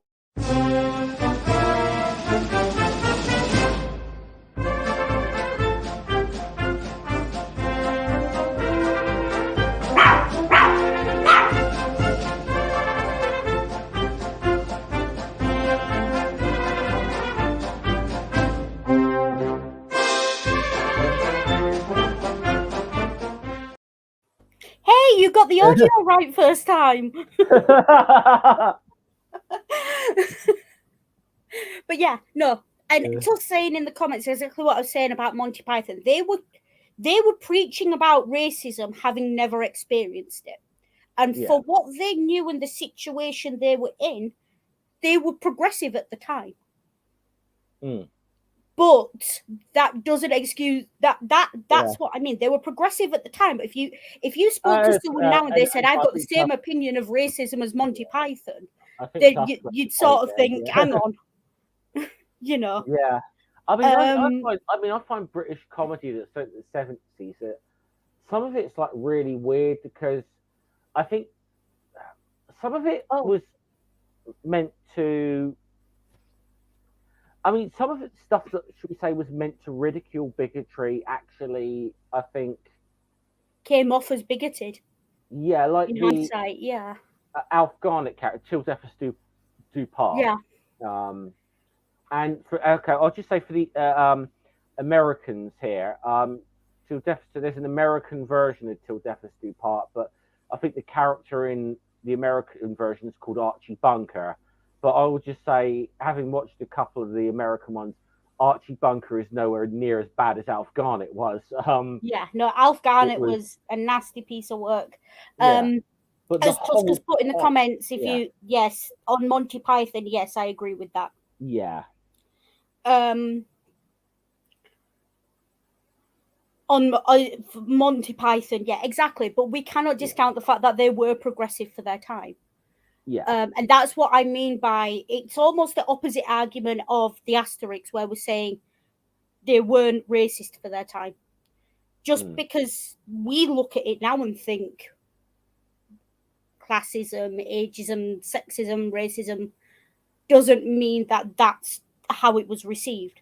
And we have to always bear in mind how it was received. That's another one, Nerdy. That show was terrible. I hated that. I tell you what, Scummer. Anyone watching who is a fan of this classic comedy series that I'm about to name, do yourself a favour and don't go back and watch it. Only Fools and Horses. I like the sexism was. Oh, it's terrible. Yeah, it is. When I go back and watch it now, I cringe. I gotta say, there are certain things I loved it for years. But I was at the age, obviously, that I grew up, so there's a bit of a nostalgic thing, and there's a lot. I adored it 10 years ago, but even now, looking at it, there's a lot of stuff that it's like, that doesn't hold up. That does not hold up well now. That does not hold up. The jokes about Trigger, the jokes about women, even some of the jokes about Denzel, close to the line. Equally, there was a film that came out in the early 2000s called Bend It Like Beckham. I don't think I know of it. Don't think I've actually watched it. Keira Knightley and I can't remember her name. The Asian lass. They both wanted to play football professionally. Yeah. And Jonathan Rhys-Meyers was in it. At the time when that film came out, I remember that film was progressive. That was cutting edge. That was an Asian girl wanting to play football rather than go to school like her parents wanted. First generation immigrant parents. That was her best friend was gay and she accepted it. That was her coach was Irish and they actually had a conversation about racism and bigotry. And that was a progressive film for its time. But when you look back on it now, only 20 years later, not even that film is cringeworthy. But, and and that was the film that was giving us hope in the early 2000s. It's weird how these things. I mean, because like I said, the one I started off when I was off the whole the character Alf got that the whole purpose of the show was supposed to ridicule bigotry because Alf was always the butt of the joke at the end of the episode. He always came off. That was supposed to be. Unfortunately, a lot of people didn't see that element of it and just saw him making the racist jokes or the sexist jokes or whatever, or the gay jokes and laughed at that rather than what the show was. Because Johnny Spate, who came up with it, the whole point of the show was to kind of ridicule working class conservatives. Because he said Alf was based on his dad. He always moaned about how he didn't have enough money and that he was being screwed over left, right, and centre. And then it would always go up there and would always go out, and support the very people who were going to keep him there in that state of affairs. But it would always, but instead of that, I mean, I think there's a good American version. I think is very similar of this. I mean, if a character I suppose it was supposed to make fun of like misogyny or whatever, because the character was supposed is in this he's trapped in this dead end job and is not enjoying his life or whatever. But instead of blaming the system, he blames women. And that's Married with Children. If you've ever watched that. No, I never watched that. But it's like just talking about old comedy. Can you imagine a comedy show coming out now with a character like Arkwright from Open All Hours with a stutter, and that being played for laughs? Look, get Granville. What are you on about? Exactly. Sorry, I don't know what you're going to be more offended with me trying to stutter or me trying to do a Yorkshire accent. Definitely the attempt at a Yorkshire accent that was bad. I can't do York. I can't do Yorkshire. There's some accents I can do. Yorkshire is not one of them. Yeah, no. But do you know what I mean? Like, can you imagine that now? The kerfuffle it'd cause on Twitter, it'd get 2 episodes and be cancelled. Yeah. If it was lucky. And like us talking about East is East in the comments. East is East was a great film. The problem is, it was regressive even for its time. But it spoke a truth that a lot of mixed race families dealt with. Like, that was basically the other way round, but that was basically how I grew up. Indian, Asian one side, white Nerdy is now quoting one of my favourite sitcoms of all time, Father Ted. However, it's always a bit, I don't know. Glinner. Because it chaos. Let's do the chaos. Chaos. It's way too long. But yeah, I always struggle with. Two of my favourite comedies are Father Ted and Black Books, but fucking Graham Linehan, you know. Oh yeah. But that's the thing as well, and I think that's another really important thing that we learn you learn when you study English or history. Sure, Chaos can back me up on this. You have to separate art from artist. Nerdy, I can actually. It's a guy called Jim Davidson. If you hadn't heard of him. Yeah, I don't know. I think Gervais and what have you are getting on for being like that, aren't they? Oh no, I mean no. I mean, I don't know. I don't. They're heading in that direction. They're heading in that direction. I like Ricky Gervais, but I can't. No, I think there's still a long distance between him and the likes of Bernard Manning, and I. Yeah, but I feel like as well with Bernard Manning. Bernard Manning was one of those comedians like Roy Chubby Brown or like Jimmy Carr. When you think more modern, Jeff Rose. He's not a comedian in the traditional sense. He's a shock artist. You know what you're getting when you watch Bernard Manning. You're getting effing blinding, jokes about women, jokes about black people, and a fez. It was Bernard Manning with the fez, wasn't it? That was Tommy Cooper with the fez. No, that was Tommy Cooper. Never mind. Ignore me.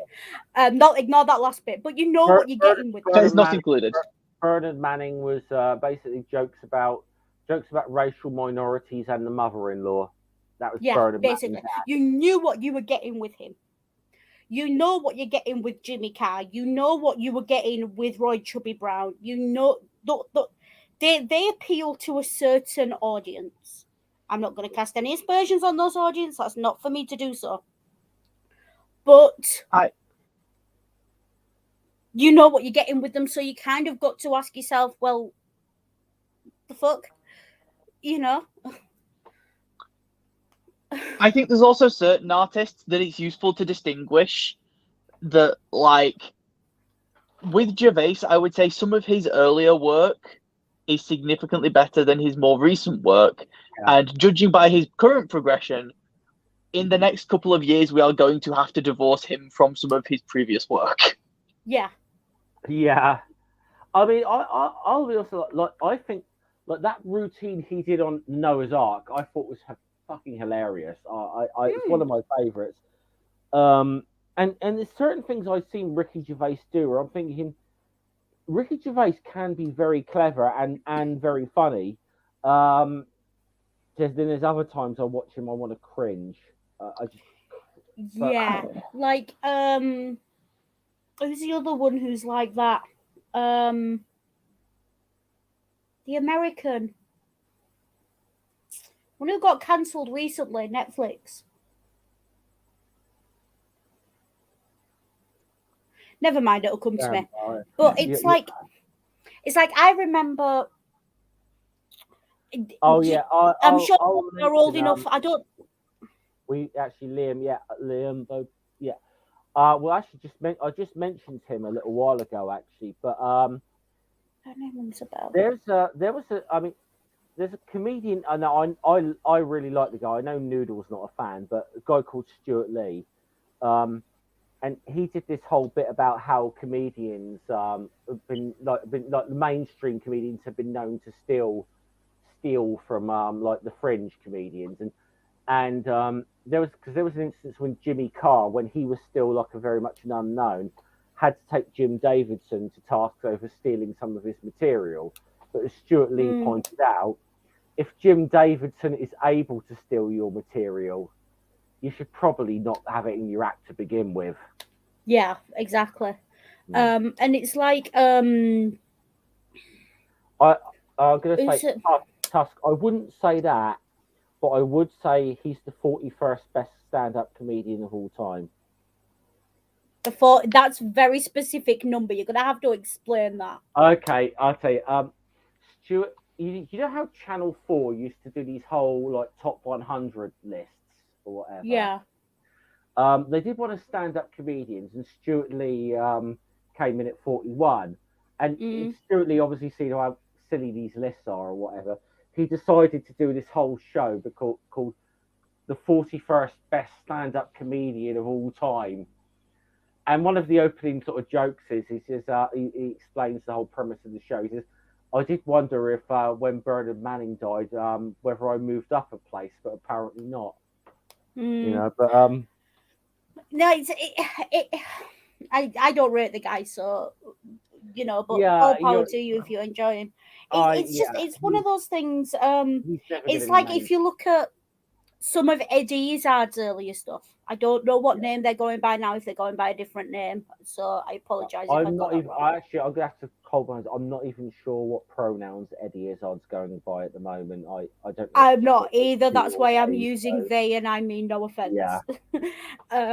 Yeah. But if you look at some of the old stuff, and I'm going back to when Eddie Izzard was a tall blonde glass of milk in high heels and a sequin dress. Like that Eddie Izzard. But that Eddie Izzard who was decidedly, I'm using the past tense and I'm using these as descriptors, was decidedly male and making jokes about being a man in drag. And then you see the progression, and some of those bits were fucking hilarious. Yes, high heels are painful. That was the joke. The entire joke was high heels are painful. And it was like, there were jokes Eddie Izzard would make that if you didn't speak fluent French, you didn't get the joke. And you sort of... Okay, hold on. Eddie Izzard... She, her. Okay. Yes. Thank you, Nerdy. Much appreciated. So when you go back and watch her older stuff before, everything, and you see... I think Eddie Izzard's career is really good because you almost see the progression of gender and equality politics playing out in Eddie Izzard's career. Yeah. I remember early on in her career, actually, when she said about one of the early Eddie Izzard jokes that stuck out to me, and I don't know why I found it so funny, because people were asking Eddie Izzard about why she dressed a certain way, because all the makeup and stuff, and like because the initial thought was Eddie Izzard is a gay man. That was the initial thought, okay? And Eddie Izzard's like, I like women. I like women. I'm attracted to women. And she said this is a joke at the time, but in hindsight, it's quite truthful. The lesbian trapped in a man's body. I'm a lesbian trapped in a man's body. That which everybody I thought was fucking hilarious joke. Now you realize she was an egg. She was an egg. Yeah. Oh, how the turntables turned. Yeah. That was a full-on coming out, and it was like everyone found it funny. Yeah, it was, and to be fair, it was done to get a laugh. I mean, but it was, but it's quite truthful in retrospect. Yeah. Yeah. Something I find. I'm just going to have a cigarette for 2 seconds, guys. So you talk about yourselves. Yeah. Something I find quite interesting is the difference between the types of comedians that me and my siblings listen to versus my parents. because like one of the first comedians my parents introduced me to was Peter Kay. Oh, that is cringeworthy looking back on it. Which, you know, when I was like 14 and I got most of the jokes, but not all of them, it was a giggle. But I'm sat here like, no, the comedians I'm watching are like James Acaster and Russell Ramesh Howard. Ranganathan's quite good as well. Russell Howard, Ramesh Ranganathan, that newer generation who were coming through, who were taking the piss out of the old bigoted jokes. My favourite James Acaster bit is his bit taking the piss out of Ricky Gervais for how much he started picking on trans people. Oh, aren't you a brave little cis boy? And Acaster's voice as well. I don't know if I'm pronouncing it right or you're pronouncing it right. I don't know. Honestly, I couldn't tell you without Googling. I couldn't either. But that's a brilliant bit. It's like it's all the ones who came up through Mock the Week with Dara O'Brien. Yeah. You had James, you had Ramesh, you had who was the woman, the blonde woman, the short one with the glasses? I can see her. She's got a really high squeaky voice. Oh, tip of my tongue. I know who you mean. You know who I'm talking about, but I can't remember her name. You had that guy who was Canadian but dressed like a Texan. Do you remember him? I don't think I do. He was on QI a lot. He was Canadian and he had the thickest accent, but he always dressed like a cowboy. See, I feel like I remember that. Oh, he was on old episodes of QI. And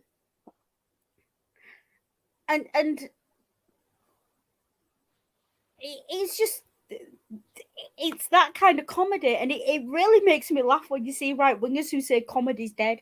It's like, comedy's not dead, it's just you're too stupid to think of a joke that doesn't shit on someone else. Yeah. See, I really liked Eddie Izzard's Star Wars bit about the Death Star canteen. No.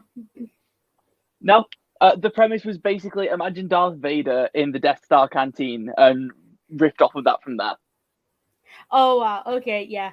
It's like the one great Eddie Izzard joke, which I think again one of those that you look back on and you think, holy shit.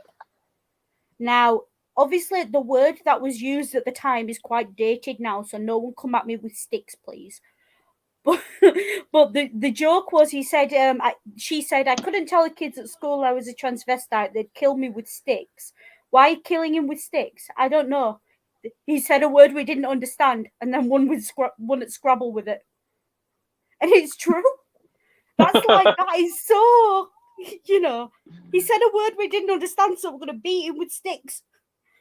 Like, and Izzard referred to themselves as he in that joke. That's why I repeated it that way. Yeah. But yeah, and it's like,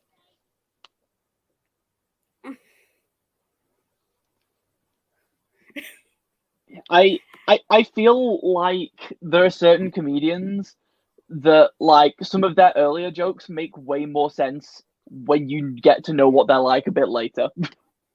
Oh yeah. Did you ever hear the Charles Darwin joke from them?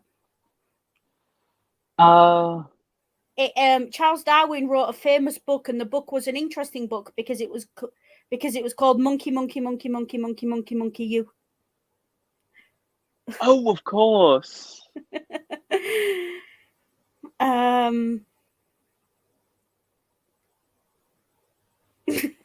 Oh yeah. See, whenever I think about Darwin jokes, I just think of this book of Darwin awards that my granddad used to have. Darwin awards. That was more innocent times when we took the piss out of people who died doing stupid shit. Stupid deaths.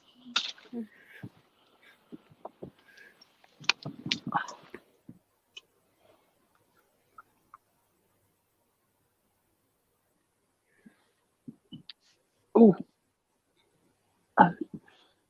I hope you didn't hear a series of cracks then, because I had like 6 consecutive cracks from my back. I heard a shuffle, shuffle, pop, ow.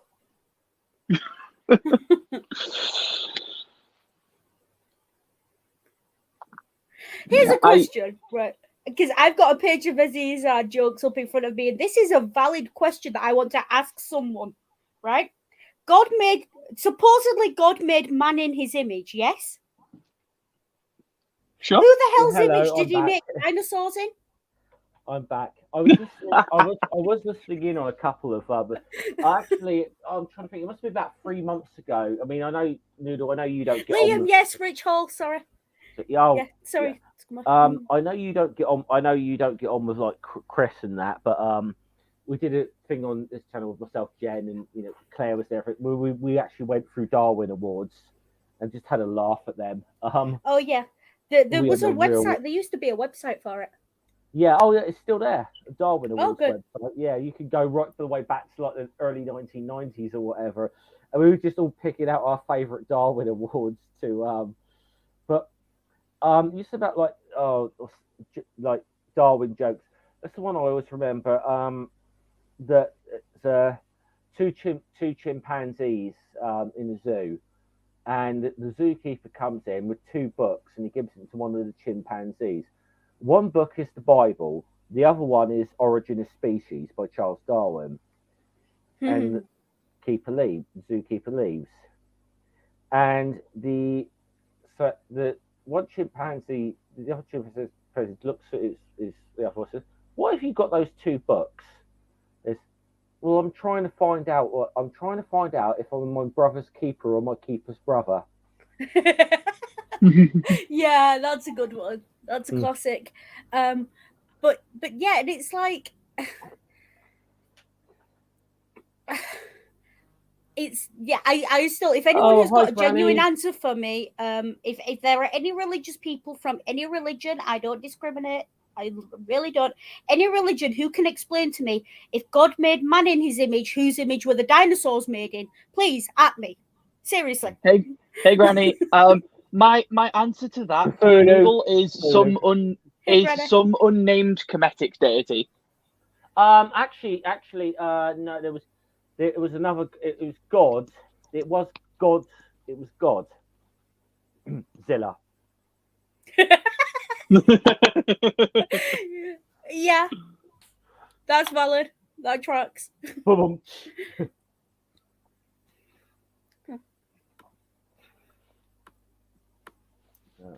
Yeah. Well, if the dinosaurs were made in Godzilla's image, does that mean that Godzilla has a rivalry with Yahweh that was settled in Godzilla versus King Kong?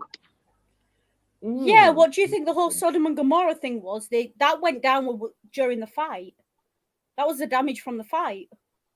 Yeah. That tracks. Are we rewriting the Bible to include Godzilla? Why not? We are going to be so screwed if any Christians ever watch this. Proceeds to send it to my old church group chat. Oh, please no. But yeah, no, it's like. Okay. But yeah, now speaking. We were talking about comedy and. Okay, here you go. By the way, guys, here you go. Oh. It's a toy. Godzilla versus Jesus. No, it's the American flag.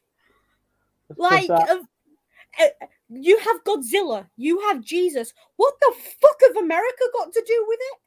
Okay, they obviously supplied the arms, but what? Those are toy soldiers and tanks. Yeah, so they supplied the arms, clearly. See, I really like the idea of the roles being reversed of what you'd expect, and all of the tanks sitting around protecting Godzilla from Jesus. When I came across that, I had to tag Ansgar in that because I was like, because he loves Godzilla, doesn't he? So I was like, I had to tag Ansgar and say, hey, you got this. But yeah, I should watch my mouth about what I say about Americans. I'm meant to be applying for a green card. I think you've just fucked your citizenship chances here completely. Only just now. Have you not known me for the last however many years? Yeah. So what I'm hearing, Noodle, is that the answer to at least one question on your citizenship test has to be, and then Jesus fought Godzilla. Look. The Americans have got a choice. Either they cannot accept me because I've badmouthed them in the past, or they can put their money where their First Amendment is and let me in.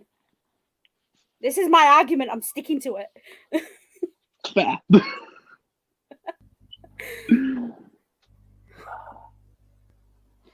See, my favorite thing is when Americans will just name an amendment and assume that everybody in the room knows what it is. Well, I mean, I'm an American history graduate, so if I didn't, there'd be a problem, but you can usually figure it out from context. Yeah, but like I was in a group chat with a few Americans the other day, and someone mentioned something about the 16th, and I was like, the what? Because they didn't even say just the 16th Amendment, they just said the 16th. Yeah, because they only have one document that's got that many amendments on it. Okay. Also, what group were you in that was discussing taxes? Technically, it's supposed to be a philosophy group, but we get very off topic. A little bit. I just found something because I just thought about it a moment ago. It was up for a little game. Okay. Can you pass the British citizenship test? Oh, I'm up for this. Because I know I can't, but yeah. I'm going to do terribly at this. Let's go. Okay. Question 1. In what year did Nelson die at the Battle of Trafalgar? You got 1785, 1795, 1805, or 1815? Battle of Trafalgar. Fuck, this tells you a little English history, I know. Pass. 1805. Did you Google it, Chaos? No, that's one of the few things that I remember from my history lesson. That's in the Battle of Hastings. I know that, so okay. I think I clicked that one through. Correct? Yeah. I would have said somewhere in the 1700s. One of one correct so far. Now, by the way, I have no idea. How old is this quiz? This could be our old one. So we've got the old. Because Crossrail's just opened. Yeah, this is an old one, I think. So the options here are: so the London Underground is composed of how many lines? 13, 11, 7, or 9? Hang on, let me see if I can remember. Bakerloo Central, Circle District, Hammersmith and City. Jubilee, but we're not counting that because it's too new. Metro Northern. No. Jubilee's actually an old line. Yeah, because it's the Elizabeth line. Okay. Jubilee, Northern, Metro, Piccadilly, Victoria, Waterloo. I don't know if the City line will be included. Is 12 on the list? No, it's 11 or 13. I'm gonna say 11. I'm going to say 11 simply because it seems like the most reasonable guess, and it's option C. Okay. Yeah, this is valid. I think 11 is going to be. That is correct. I mean, obviously, we looked at that one, didn't we? Obviously, this is an old test, so this isn't. Okay. If you don't know the answer to this. Okay, this is an easy one. On Remembrance Day in the UK, which flower is traditionally worn? A poppy, daffodil, iris, poppy, rose. A poppy, but the colour is very political. The colour you choose is very political for some reason. I'm going to say daffodil just for sarcasm. Yeah. No, that's the one for cancer, I think. We'll put it's Macmillan, Macmillan, yeah. We'll put poppy in because that's easy. Yeah, we know the answer. Very easy one. Obviously, yeah. 3 of 3 so far. Okay. By the way, I don't know. Fuck no, Scummer, you're up. Okay, the oldest football competition of the FA Cup was first played in what year? 1851, 1881, 1871, 1861. That's me Well, out. I know they played football in World War One, but that's about it. It's between A and D. I'm gonna guess at 61, but I don't actually know. I'm gonna go with that as well. I think the other two are too late. Yeah, I'm up for that because it's. No, it's 71. Whoa, I thought that was too late. Yeah, no, because if you think about it, it's got to be post-industrial revolution, post the 5-day working week. Okay, which of the following British landmarks calls the county of Wiltshire home? I don't think I could point to Wiltshire on a map. Stonehenge, Offa's Dyke, Fountains Abbey, Hadrian's Wall. Wait, where is Wiltshire? It's near me. Let's put it that way. It's one. Right, it's got to be Stonehenge then, isn't it? Yeah, it's got to be Stonehenge. Because Hadrian's Wall's up by Scotland. Fountains Abbey is further north as well.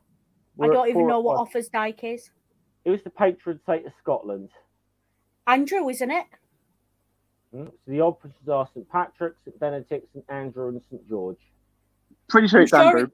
Yeah, because of St. Andrew's Cross, and I'm not going to go any further with that sentence about how I know what a St. Andrew's Cross is. This is fair. Okay. Who was on the throne? This is a trick question. Magna Carta was agreed. Okay.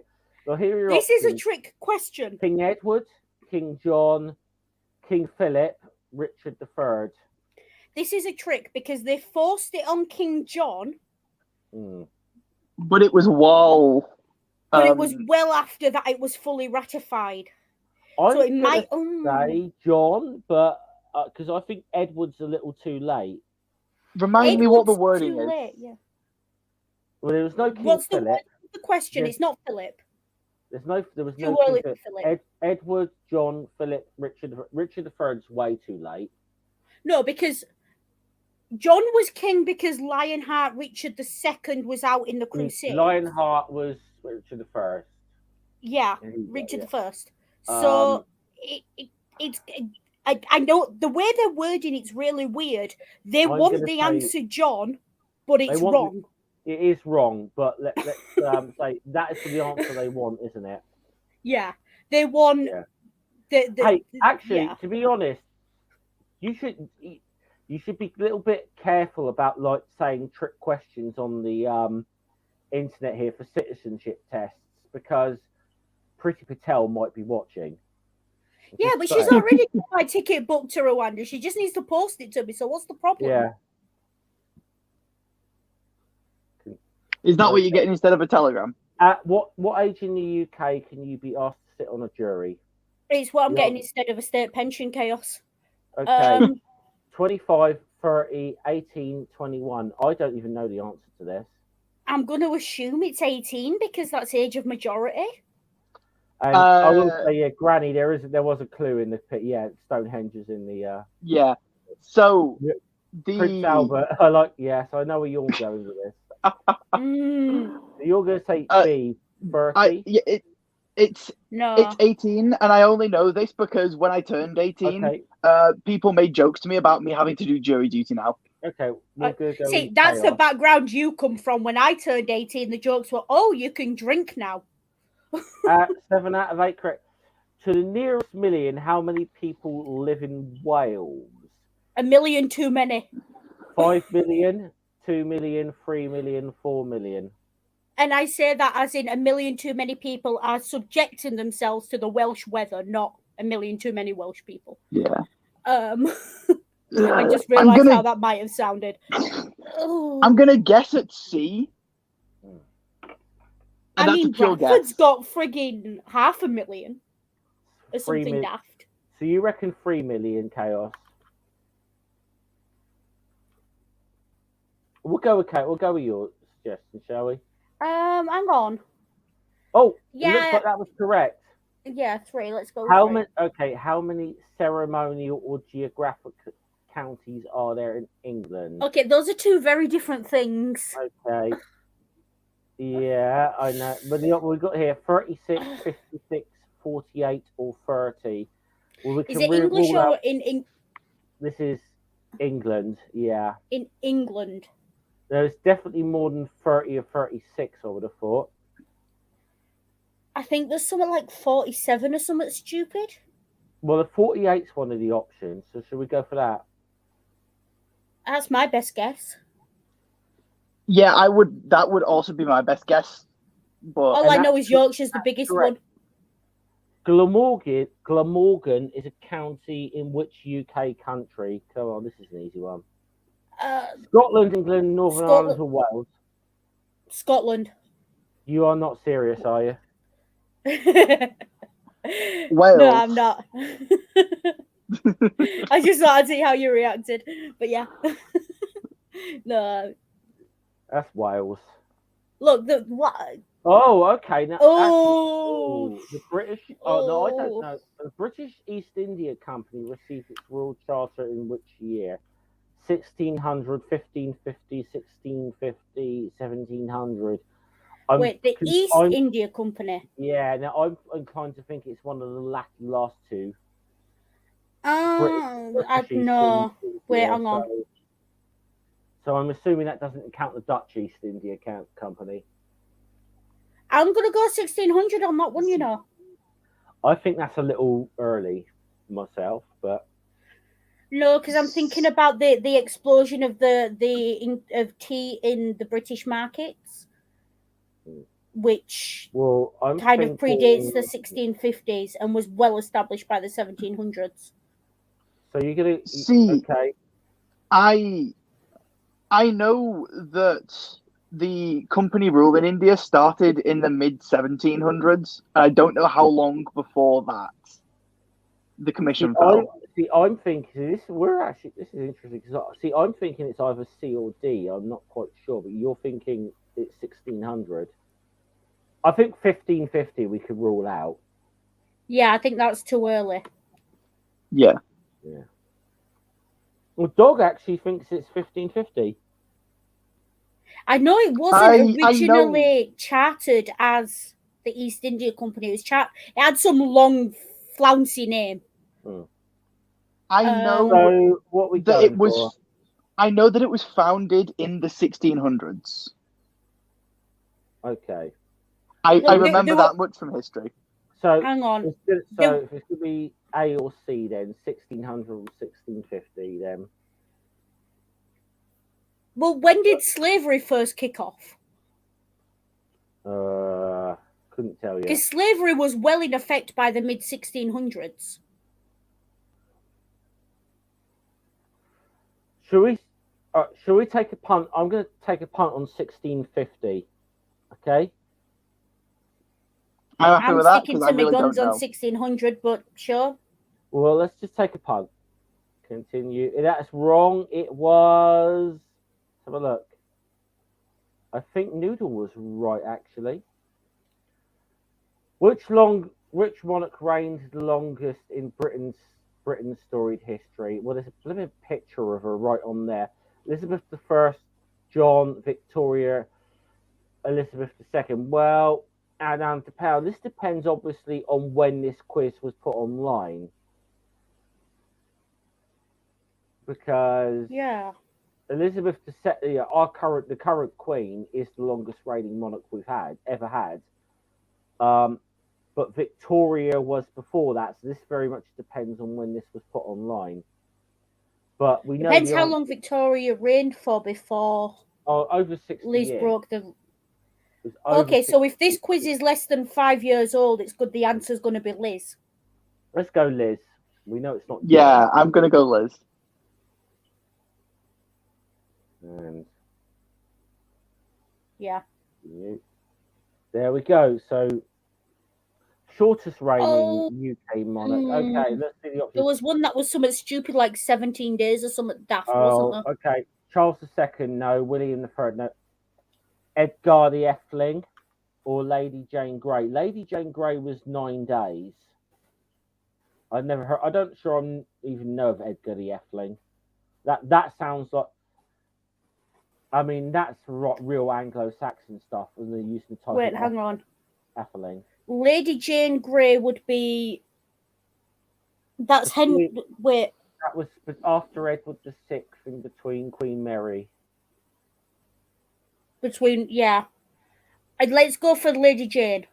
I will also say Lady Jane, yeah. Mainly because that other one sounds made up. Okay, I already know the answer to this. Yeah. I've given Edgar a Google. Only British Prime Minister to be assassinated. I already know the answer to this, but your options are Anthony Eden, Benjamin Disraeli, Spencer Perceval, or Lord North. I have no idea, so I'm gonna guess Anthony because the only Anthonys I've ever known have been dicks. Okay. Was the name Spencer rings a bell, but I can't remember if that's just because it was Diana's maiden name. Spencer Perceval. Yeah, let's go with that. Well, good, because that's the right answer. I actually know this one. I didn't know it. The name sounds vaguely familiar. Oh, good. I'm going to say, I'm just looking at this timeline with things were going on here. I don't think we're going to get through the whole thing, actually. Should we just do a couple more questions? Should we do a couple more questions? Well, it's 13 of 15 we've got correct so far. How many questions on it? Well, look, there's this time bar thing here, right? Okay. Well, I mean, if we hurry up, we might get through it. It looks like there might be about 45 or something. It looks like there might be about 100. Okay, who was the target of the gunpowder plot? James II, James I, Charles I, Charles II. So gunpowder. I'm sure it was one of the Jimmys. See, the gunpowder plot was 5th November 1605. See, Mr. Cantor, my history teacher, actually did way better at helping me remember random facts than I thought he did. I'm going to plump for James I.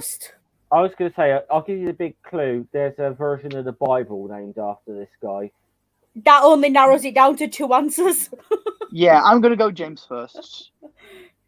Yeah. I told you my English history is terrible. This is why I did American history for most stuff. London hosted which sporting event in 2012? The Olympics. The Olympics. Oh, hold on. Wait, no. Paralympics. Because we got the PDC World Darts Championship, World Rugby and Cricket World Cup, so it's got Paralympics. It's got to be Paralympics. In addition to tennis, what is played at Wimbledon? Okay. Rugby, croquet, polo, or cricket?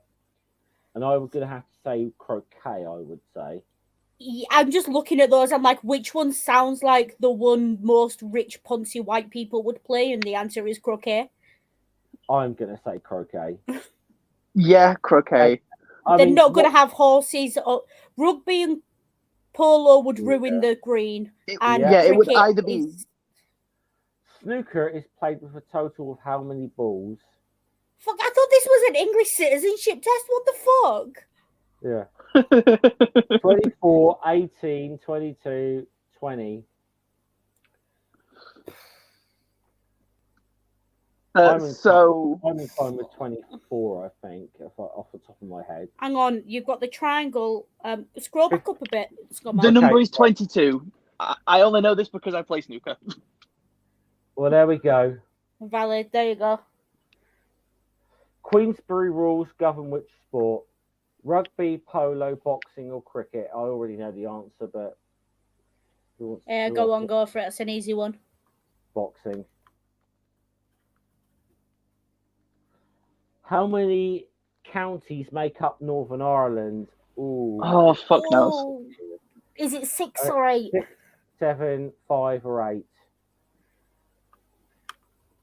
I would guess at 6, but that would be pure guesswork. Wait, hang on.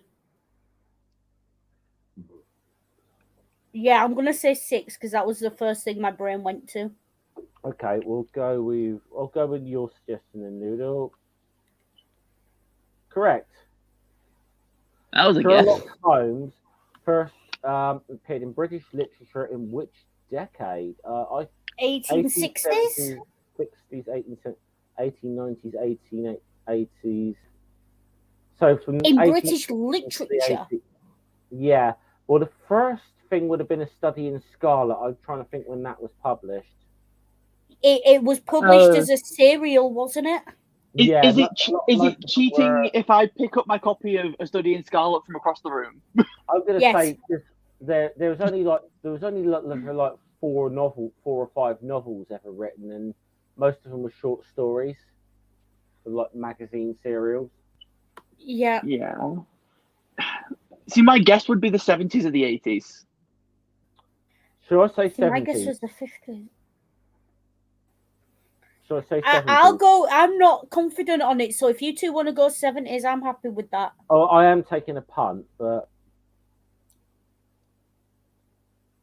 I don't think we were wrong. That was right. Yeah. 1 second. Sherlock. Google says 1887. There you go. In the books or in the film? Okay. Sherlock Holmes famously wore which type of hat? Tam, fedora, King John, deerstalker. Well, the fact that in this picture he's wearing a deerstalker. Yeah, that would suggest deerstalker. That would suggest that's the answer they're looking for, yes. Yeah, I would be... Okay, go. Probably McLaren, but let's have a look. Okay, which of these British Formula One has won the most Grand Prix? Okay. What's the list? Renault. They're not British. So Mercury German. McLaren and Mercedes, McLaren and Williams. McLaren.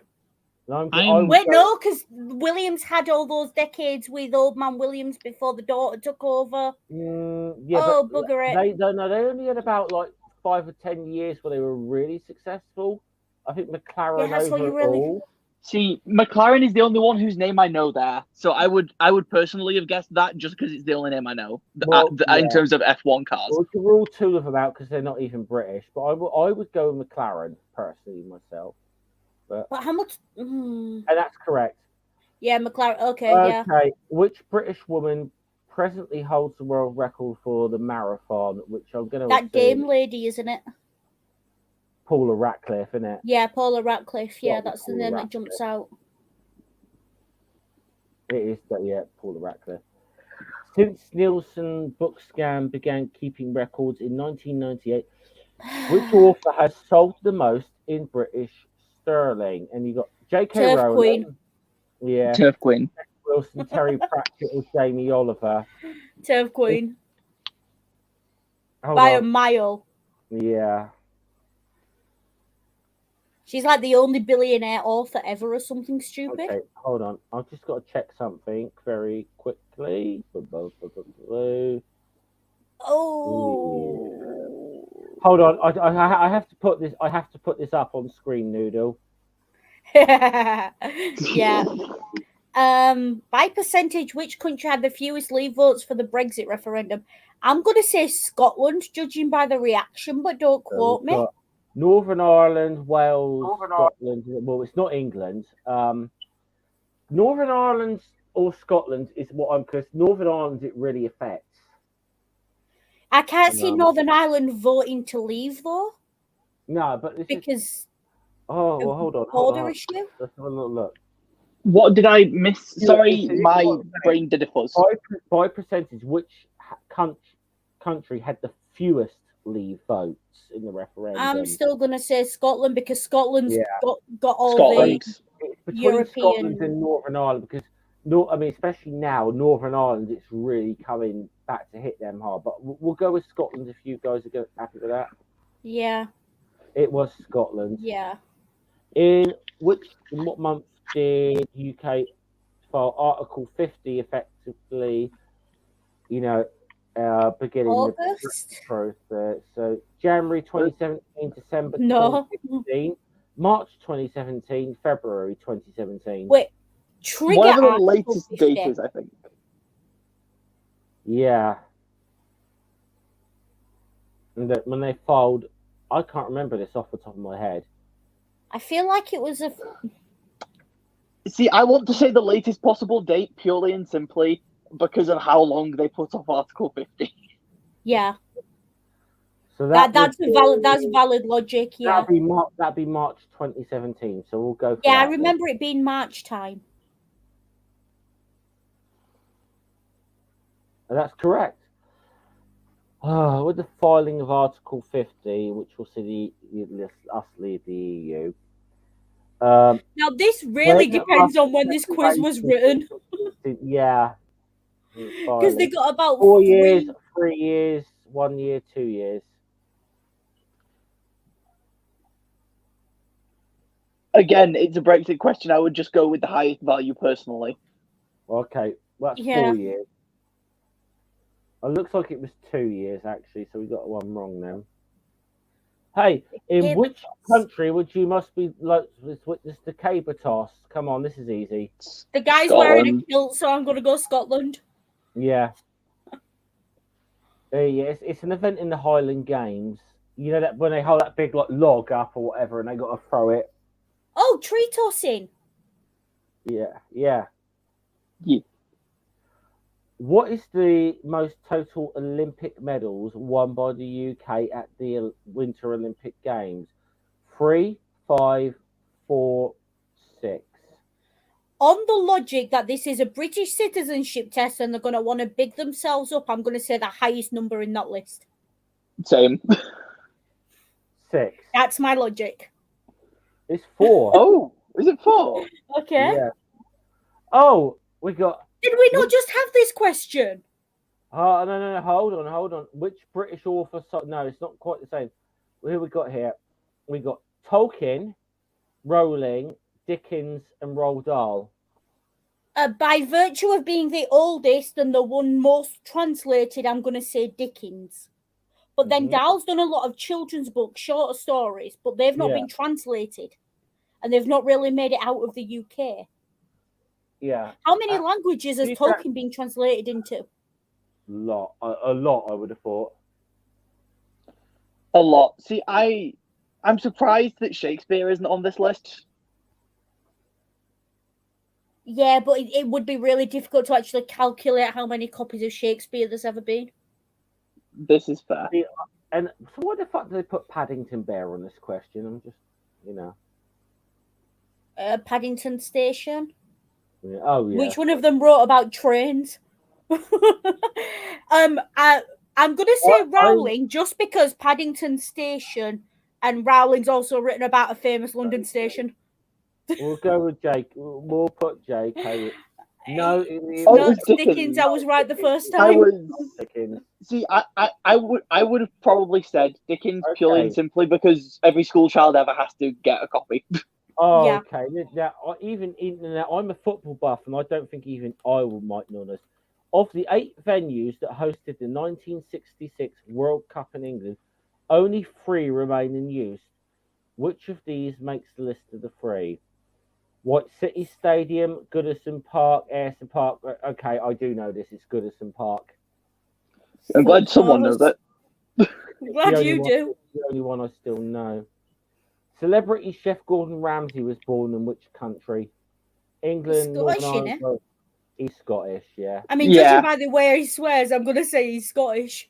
If it was anything but Scotland, I'd be surprised. He also played football for Glasgow Rangers, so that's... Oh... Okay. Which poet wrote Charge of the Light Brigade? It's Johnson, Tennyson, Blake, or Wordsworth. Is it bad that I can recite the poem, but I can't remember the writer? I'm pretty damn sure it was Tennyson. Yeah, Tennyson seems right. Yeah.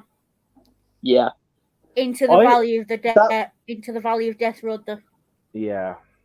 Yeah. It's the famous line: "Ours is not to reason why, ours is but to do and die." Yeah. I only really what was that question? Know about the Charge of the Light. Oh, what's this? What? How many newspapers who have the highest? How many newspapers who have the highest circulation in the UK as of 2016 are published outside of England? So 0, 2, 1, or 3. The Guardian's published outside of the UK. Daily Record obviously would be the big Scottish one, wouldn't it? Yeah. Is it England or UK, it says? Published outside of England. So the only one I can Financial Times is international. The only thing I can think of is the Daily Record in Scotland. Financial Times is as well, though. Well, yeah. So in that case, it's either 1 or 2. And it's plump 2 because it's an even number. Yeah. We might be. Look, we've already established that whoever gets to the airport first is saving a seat on the plane to Rwanda for the other 2. Yeah. So, at this point. Okay, which British poet died either of accidental or purposeful drowning off the coast of Italy? Come on, this is an easy one. Byron, Kipling, Wordsworth, or Shelley? This is an easy one, guys. Come on. You say it's easy, but I don't like English history. I never have. I've never given a damn. Come on, this guy's a cool left. He's a great left winger for his time, and even now. Okay, so it's not Kipling. Yeah. I Kipling off. Yeah. We can probably rule Wordsworth out. Yeah, maybe. I don't know. See, I'm going to take a stab in the dark at Shelley, simply because of a lot of his writings on it. I know a couple of his bits of politics. Well done, yeah, that'll go for it. Yeah. Oh yeah. I was sort of mentally going through them like Byron wasn't. Do you know Chaos? Do you know where Shelley consummated his relationship with Mary? Was it Mary's parents' grave? On the grave of on the grave of Mary's mother, who was Mary Wollstonecraft, who was one of the real early feminists. Mary, it's like I'm like yeah. Look, I like Mark Steele. Mark Steele actually said this best. Now I'm very I'm very liberal about things like sex and whatever, but on your mother's grave. No, you know what it is, right? You know what it is. Lots of mothers throughout history have told their daughters that she will marry that man over her dead body. Okay. That's what was going down there. Yeah. Okay, we're about we're about somewhere between 2/3 and 3/4. Which British author wrote Chitty Chitty Bang Bang? Lewis Carroll, A.A. Milne, Ian Fleming, or Roald Dahl? I do know the answer to this. I know it by process of elimination of Milne. I think. I don't think I'd have known that, in fairness. Then again, it is the kind of thing for Dahl might write as well. Yeah. Well, you're both wrong. It's Ian Fleming. The guy who wrote the Bond books? Yeah. What is Britain's national dish at present? Curry? Okay. Curry. Chicken tikka masala, steak and kidney pie, bangers and mashed or fish and chips. Now, I do remember chicken tikka masala was made the national dish. Yeah, I remember that. It's tikka masala. It's going to be tikka masala. At least we found something fun to do on a stream, haven't we? Yeah. I'm going to have to duck out in a minute, by the way. In which Olympic Games did Britain send the most athletes to compete? And it's the 1948 London Games, 2016 Rio Games, 2012 London Games, or 1908 London Games.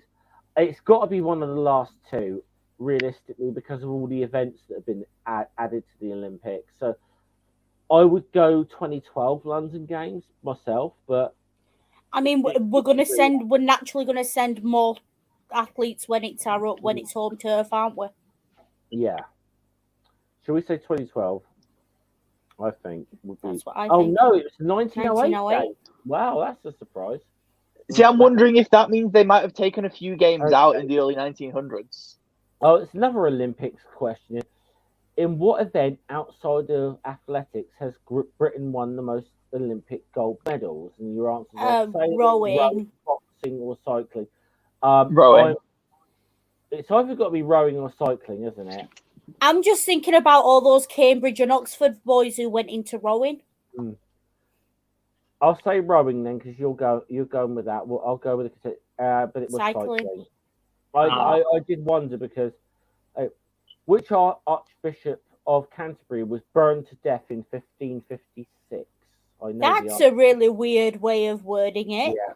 Edward Nix, Thomas Cranmer, William Laud, or Simon Sudbury? I do know the answer to this, by the way. Yeah, it's Cranmer. Yeah, Noodles got it. Yeah, it must have been Cranmer. Look, beware the historical passive voice with that question. That was indeed Thomas Cranmer. 45 or 46? No, 46. Voted out. I think it was. Let's have a look. What we got here? 55. Oh, what year was Winston Churchill voted out? 55, 51. It has to be 45. No, because 45, the war didn't end until June. The election took and wasn't place. Officially over till November. Yeah. Well, so Attlee was prime minister when the war in Japan ended. Well, then it's 45, isn't it? Yeah. Okay. Yeah. In what 90, year? 97? It is 97. Well done, Noodle. 97, yeah. I know that one again. Henry VIII's fifth wife. The fifth wife. Catherine Anne Jane. Catherine Anne. So it's Anna. So your options are Catherine of Aragon, Anna Cleves, Jane Seymour, or Catherine Howard. Catherine. I know the answer. It was one of the Catherines, and I'd go with Howard, I think. Because Catherine of Aragon was the first one, the Spanish queen. So it's Catherine Howard. It is Catherine Howard, by the way. Yeah, she beheaded. Yeah, Catherine Howard.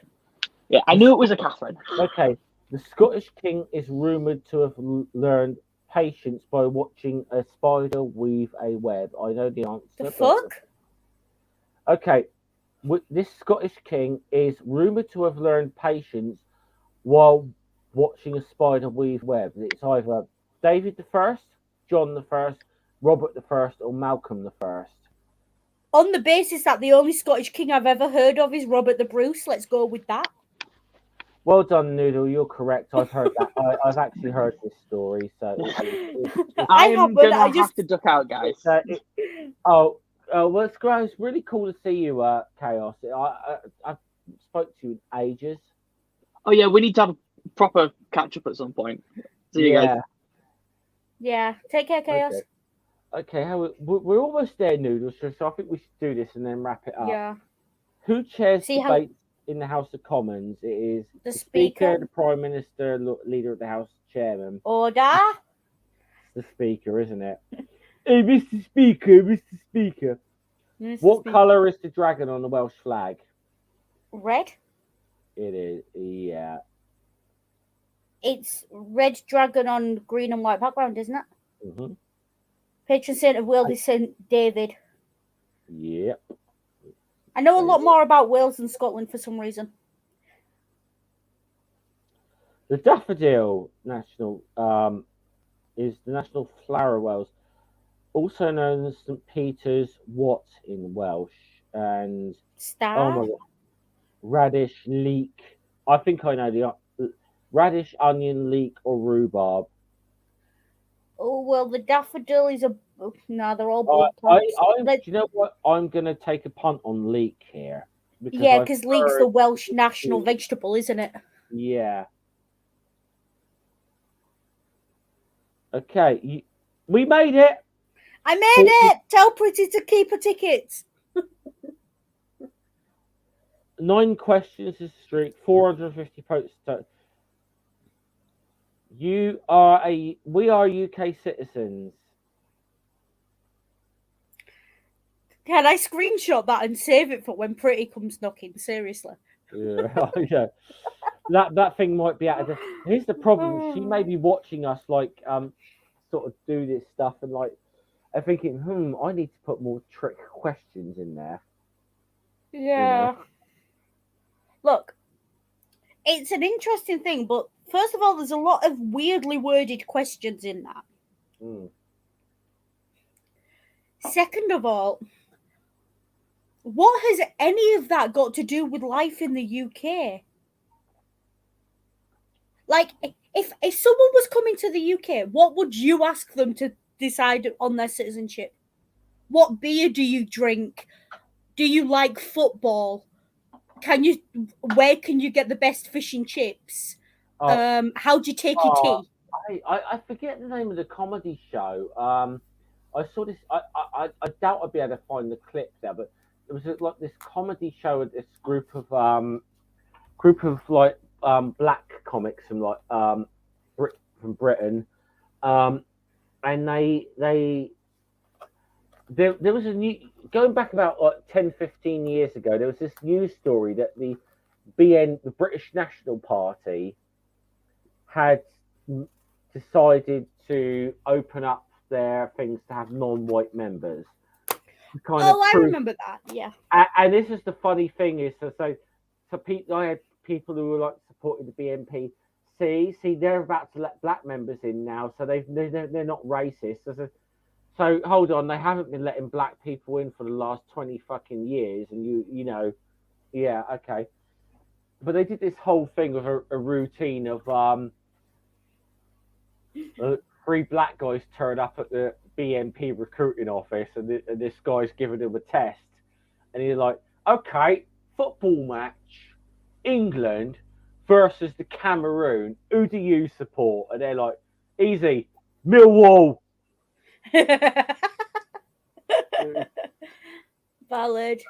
Yeah, but the funny thing was that the crescendo of the joke was that the 3 black guys actually were from the immigration office and said, yeah, well, we've been having a little look back here what the Roman historian Tacitus said about the natives being of dark skin or whatever. So you've got exactly 30 days to get your ass back to the Caucasus Mountains, my son. And yeah, I used to, like, if I was a British citizen test, if I was writing it, I'd want to know how you take your tea or your coffee. By the way, if you answer coffee to that, you're immediately not allowed to live outside of London. I'd hate to reference a fucking Dan Brown book here because you know how much. Oh God! There was one bit in the Da Vinci Code where the guy gives them a little. The English guy gives them a little test. Oh, how do you take your tea? Yeah. Like with shall I serve tea or coffee? Like, tea naturally. He says, and he says something like Earl Grey. He says milk or lemon. And it was like the whole thing. It was like this Christmas lemon because it was Earl Grey, and then and one final question: in which year did a team from Harvard Rowing Club last out yet row the Oxford rowing team?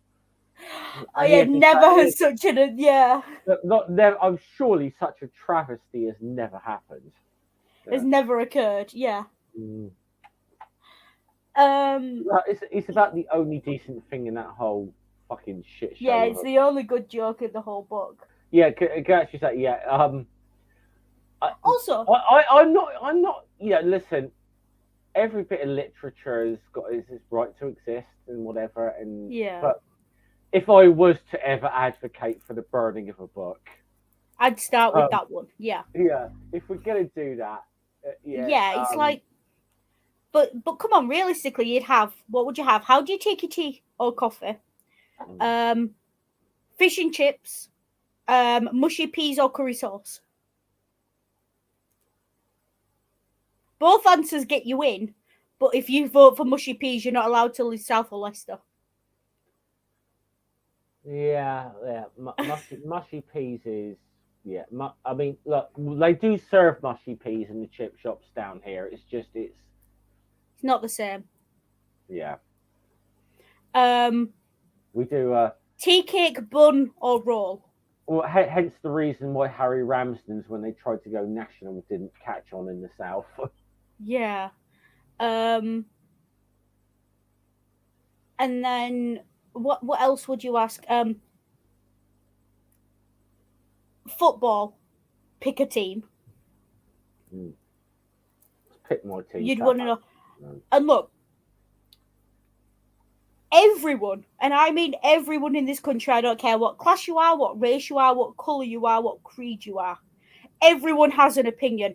Oxford or Cambridge in the boat race? Oh, Cambridge. Absolutely Cambridge. But everyone has an opinion. And therefore that should be on the citizenship test.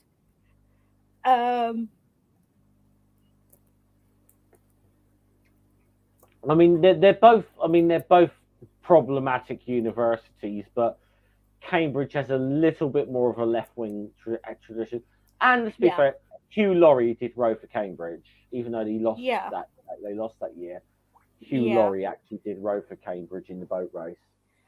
Also, describe your immediate gut reaction to hearing a glass fall and break in a pub. Yay!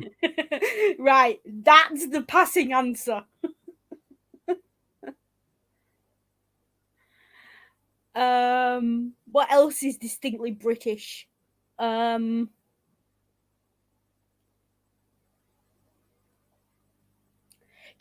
you know the second line of the national anthem?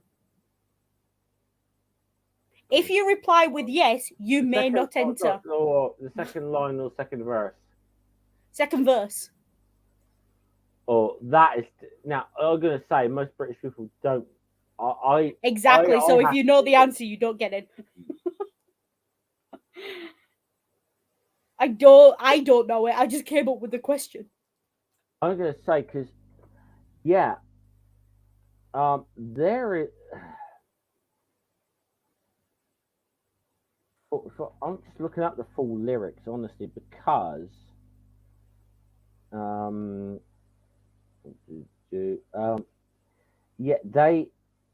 because we only sing one verse of the national anthem, which is God Save Our Gracious Queen, long live one little Queen, God Save the Queen, send her that line, and you go, oh Lord our God, arise, scatter our enemies, make them fall, confound their politics, frustrate their clevish tricks.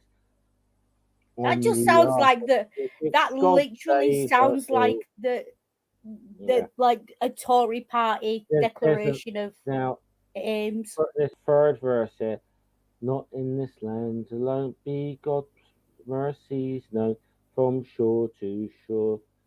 Lord, make the nation see that men should fathers be, and from one family, world over. Oh, there's way more. Yeah, exactly. So if you know it, you don't get in. Also, what do you have to eat after a night out on the lash? And I'm sure going to kebab. Yeah, that's the answer. A kebab. I'm just trying to find, actually, because I'm looking at this, and I still think there's a line missing from this, because a verse missing, because there's one that is specifically aimed at the Scots. Yeah, no, they removed that because apparently it was offensive, and they only realised really late.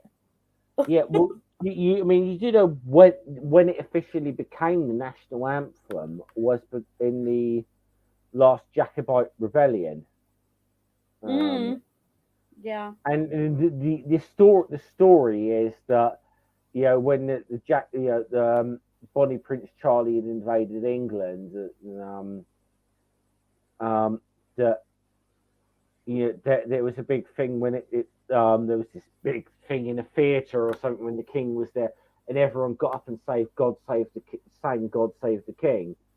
Well, actually, that's the bit of the national myth. Of course, the king in reality was getting ready to flee abroad because he actually thought the Jacobites would win. Yeah. And please mention, I will say, when I'm saying Jacobites here, even website only lists 2 verses. I'm using that deliberately because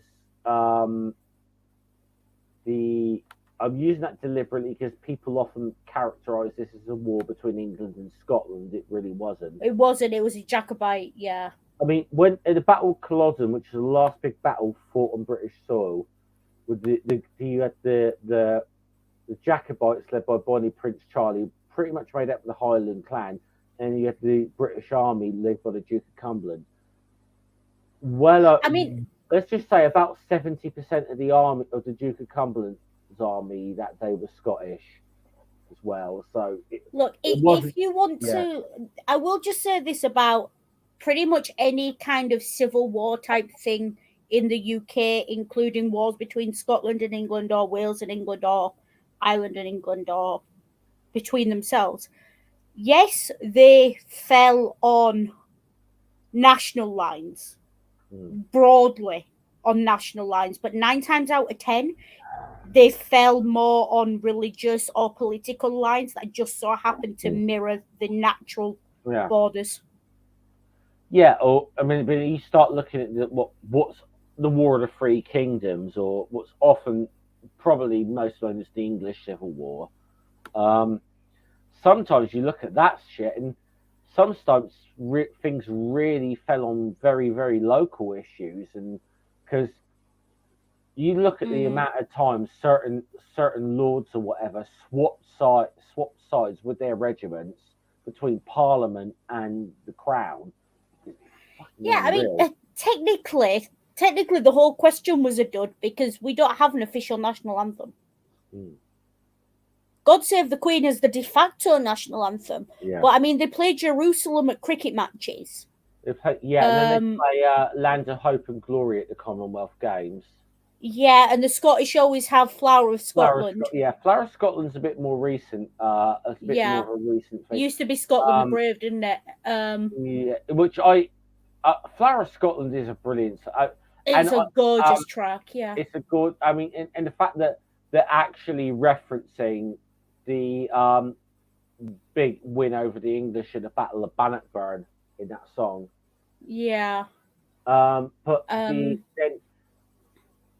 Land of My Fathers is the Welsh. I don't even know the Northern Ireland one. I couldn't tell you, but I think they used Danny Boy. I couldn't tell you. I'm sure they used Danny Boy. Yeah. Or whatever it's actually called. Well, like I believe one of the traditions, at least in the British end, the sports got started because of Welsh national anthem. And it was the the whole thing of singing the national anthem before a sporting event was because of Welsh rugby match. They had the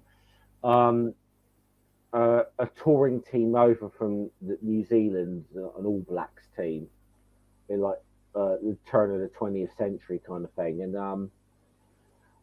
and New Zealand obviously already established the haka as a thing before a match, and they did the haka. It was like the crowd is almost as a sort of challenge to the haka started singing the Welsh national anthem. Yeah, I do actually think if I was going to stand up and sing a British national anthem, which was never going to happen, but if I was going to, I think I'd prefer it to be probably Land of Hope and Glory.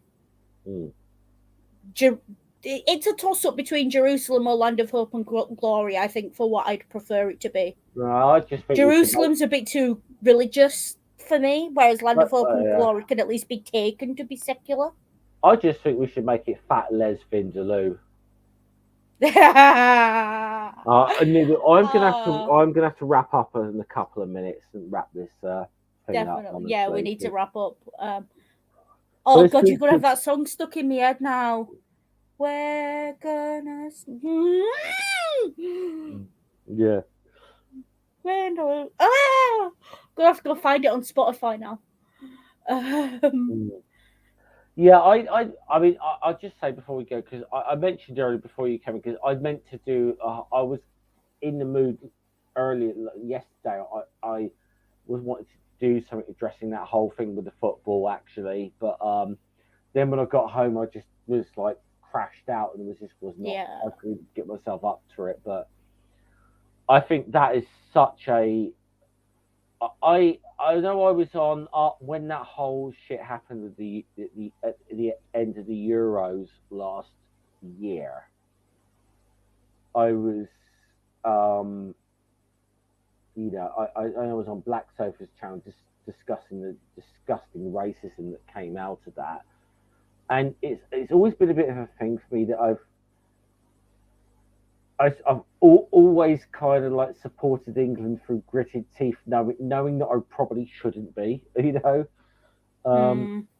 But that team last year, it was like the first time I was like, for a long time, I could say I was proud to support an England team because just the way they represented the country.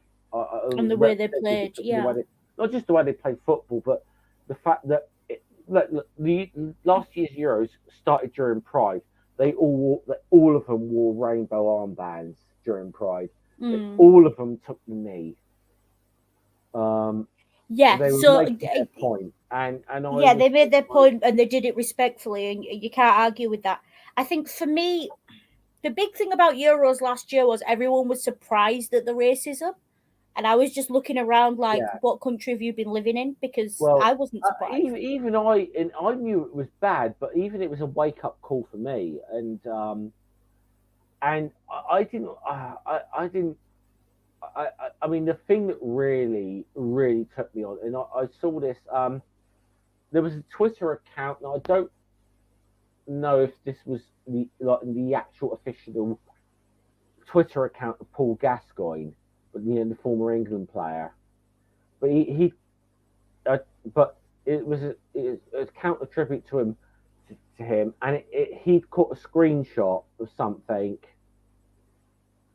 and his whole message was like, "Guys, please just stay safe because this shit is online," and it was.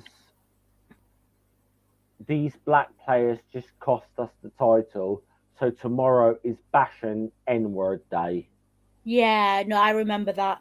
And the thing is, there, and it's like, I think it was like, I always knew that racism was the problem, but that was, I'd never seen it so open and blatant and.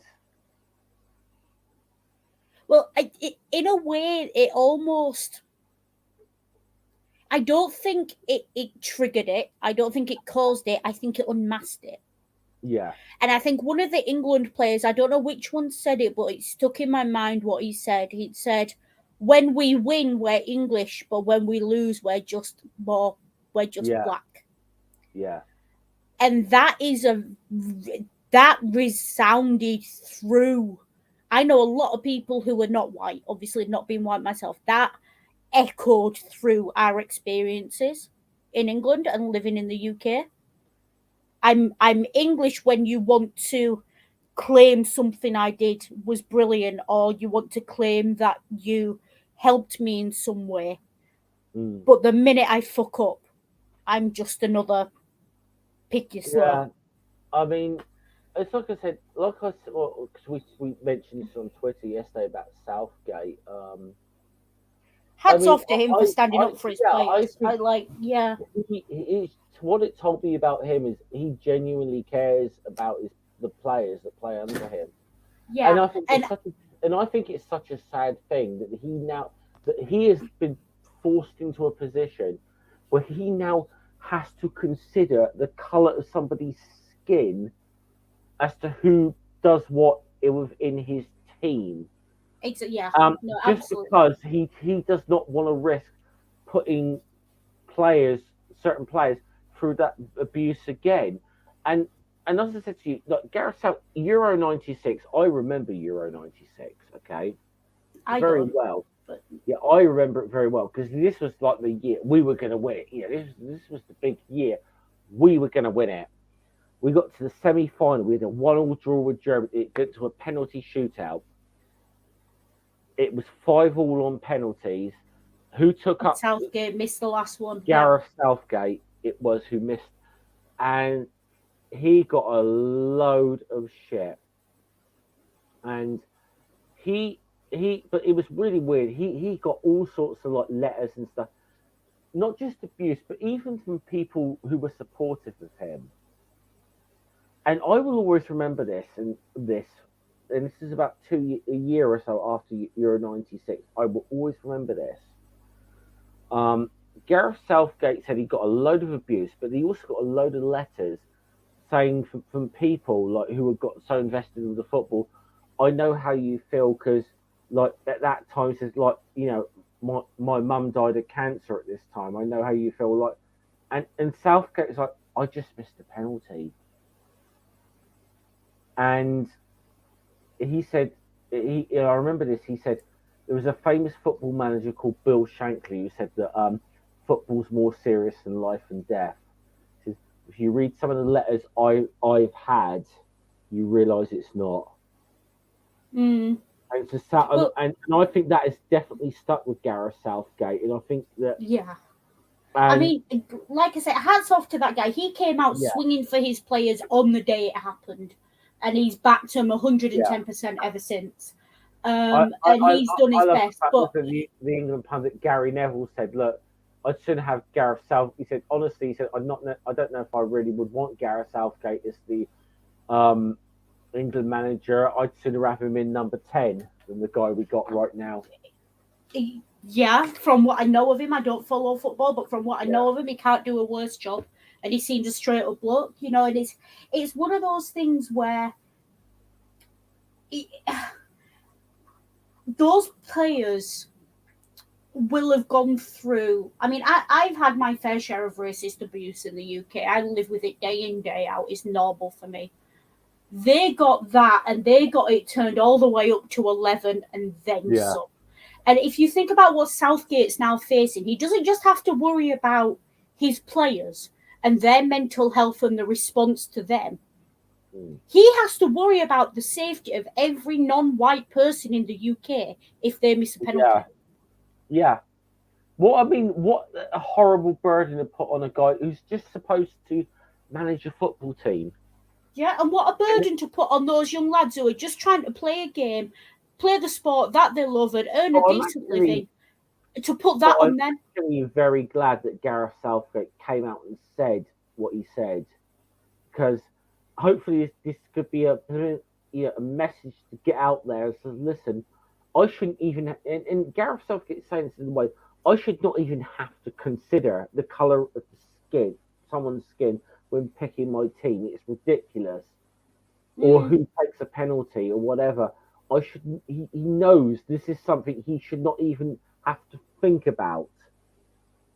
Well, think about it. How many young black lads coming through the academies took one look at that last year and I bet dropped out because they decided they didn't need that kind of hassle in their lives? Yeah. I put money on it that they'll have done that. I'll just say this before we shut down as well. Especially what happened last year. There's one person I'm never prepared to let off the hook from what happened last year. That was Priti Patel. Oh. Because she was the one, and I did a short video on her last year. She was the one who was like, well, people have got the right to boo players taking the knee. Okay, now listen, it may be your right of free speech to boo them, but you could say, if you're a fucking Home Secretary of Britain, says, yes, it may be your right to do it, but please don't just do it. Just don't be a dickhead. Yeah, like... But the way she spoke, she enabled every goddamn racist in the country. And then the way she shamelessly jumped on the bandwagon when the England team started winning, it made me sick. I just realised, because other people in the house have gone to sleep and I probably need to stop talking. I probably am going to have to bring this stream to an end. Yeah, no, I will say I absolutely agree with you on Priti Patel and Johnson, same way. Jumped on the bandwagon when it suited them, and then, just like that player said, when it no longer suited them, they went back to the same aggravating racial tensions. Yeah. And went out of their way to do it, which was an irritant. Cool. I know you have right before we go. I know you haven't really been active on YouTube recently, but do you have anything you'd like to plug, or what? At the moment, no. But keep an eye out for Ring, because Ring basically shut their channel down because they're making a move cross country and they're doing some other stuff. That is all gonna sort of sort itself out, hopefully by the end of this month, middle of next month at the latest. So keep an eye out for Ring's channel picking back up, Media Musings picking back up, and everything else Ring's doing. So if you're not subscribed, go over to One Ring, subscribe there, and keep an eye out for it. Absolutely, yeah. I do look forward to the day when Media Musings can be restarted again. I really do. Seeing as we had a list of about 30 films we wanted to go Oh, for. Yeah. good lord, yeah. We had a whole. I mean, I think we got like one movie into Mob Month, and then Circumstances, obviously. Yeah, just life. Life. Hey, look, yeah. Listen, we do have lives outside the YouTube, people. You know, so. Okay. Now, I don't necessarily have anything planned in the details. I have mentioned that. Yeah, there is a debate with a certain someone I'm not going to name on at the moment, but that I hope will happen. But we're still negotiating on stuff right now, so is all I can say. So it may happen, it may not. I do. I'll just say that I do have a moderator and another channel to host this thing, but it's finding a time that's both suitable for us. So, can I put this out there? All you atheist YouTubers who do debates and negotiate on them beforehand, you should all take second jobs at the UN. You'd probably do a better job. Christ, yeah. Well, as I say, anyone who's watched my channel in the past year knows that I'm an atheist YouTuber who seems to be spending most of my time going after atheists because I'll be honest, that's where the majority of the shit fucking arguments I've heard have been coming from. And okay, so. I'll leave you with this question then. And I asked it earlier. In a private group. Is a grain of sand a rock? Discuss. Is a grain of sand where? Oh, good lord! It's a grain of sand. Oh, I thought you said it's a grain of sand or atheist. No, is it a rock? We appear to have established that rocks are atheists. So is a grain of sand a rock? Okay. Does it possess the psychological state of being a rock? Does it have a theory of mind? Probably not. But probably not because you know this. I'll just get this off my chest before we go. Okay, there are these two things that it is a kind of thing where people would say atheism is just a lack of belief, and then someone will go further is that it's a psychological state of not believing in God. So, and unfortunately, that leads you to the thing where you will it can put you into a very binary position that everything is either atheist or theist, including inanimate objects, and that's kind of where I have the problem with this because I view this as a proposition on the existence of a deity, and like I think you have to be consciously aware or be able to evaluate the proposition in order to fully That's how I look at it. But yeah. I don't know who George Brown is, but dude, I like you. That's hilarious. Oh, George is one of my real life friends, actually. George is hilarious. I like George. Right. I like that comment George just made. I am going to have to shut this down, Noodle. So, see you later, guys. Salute. Take care. Be good. If you can't be good, be careful.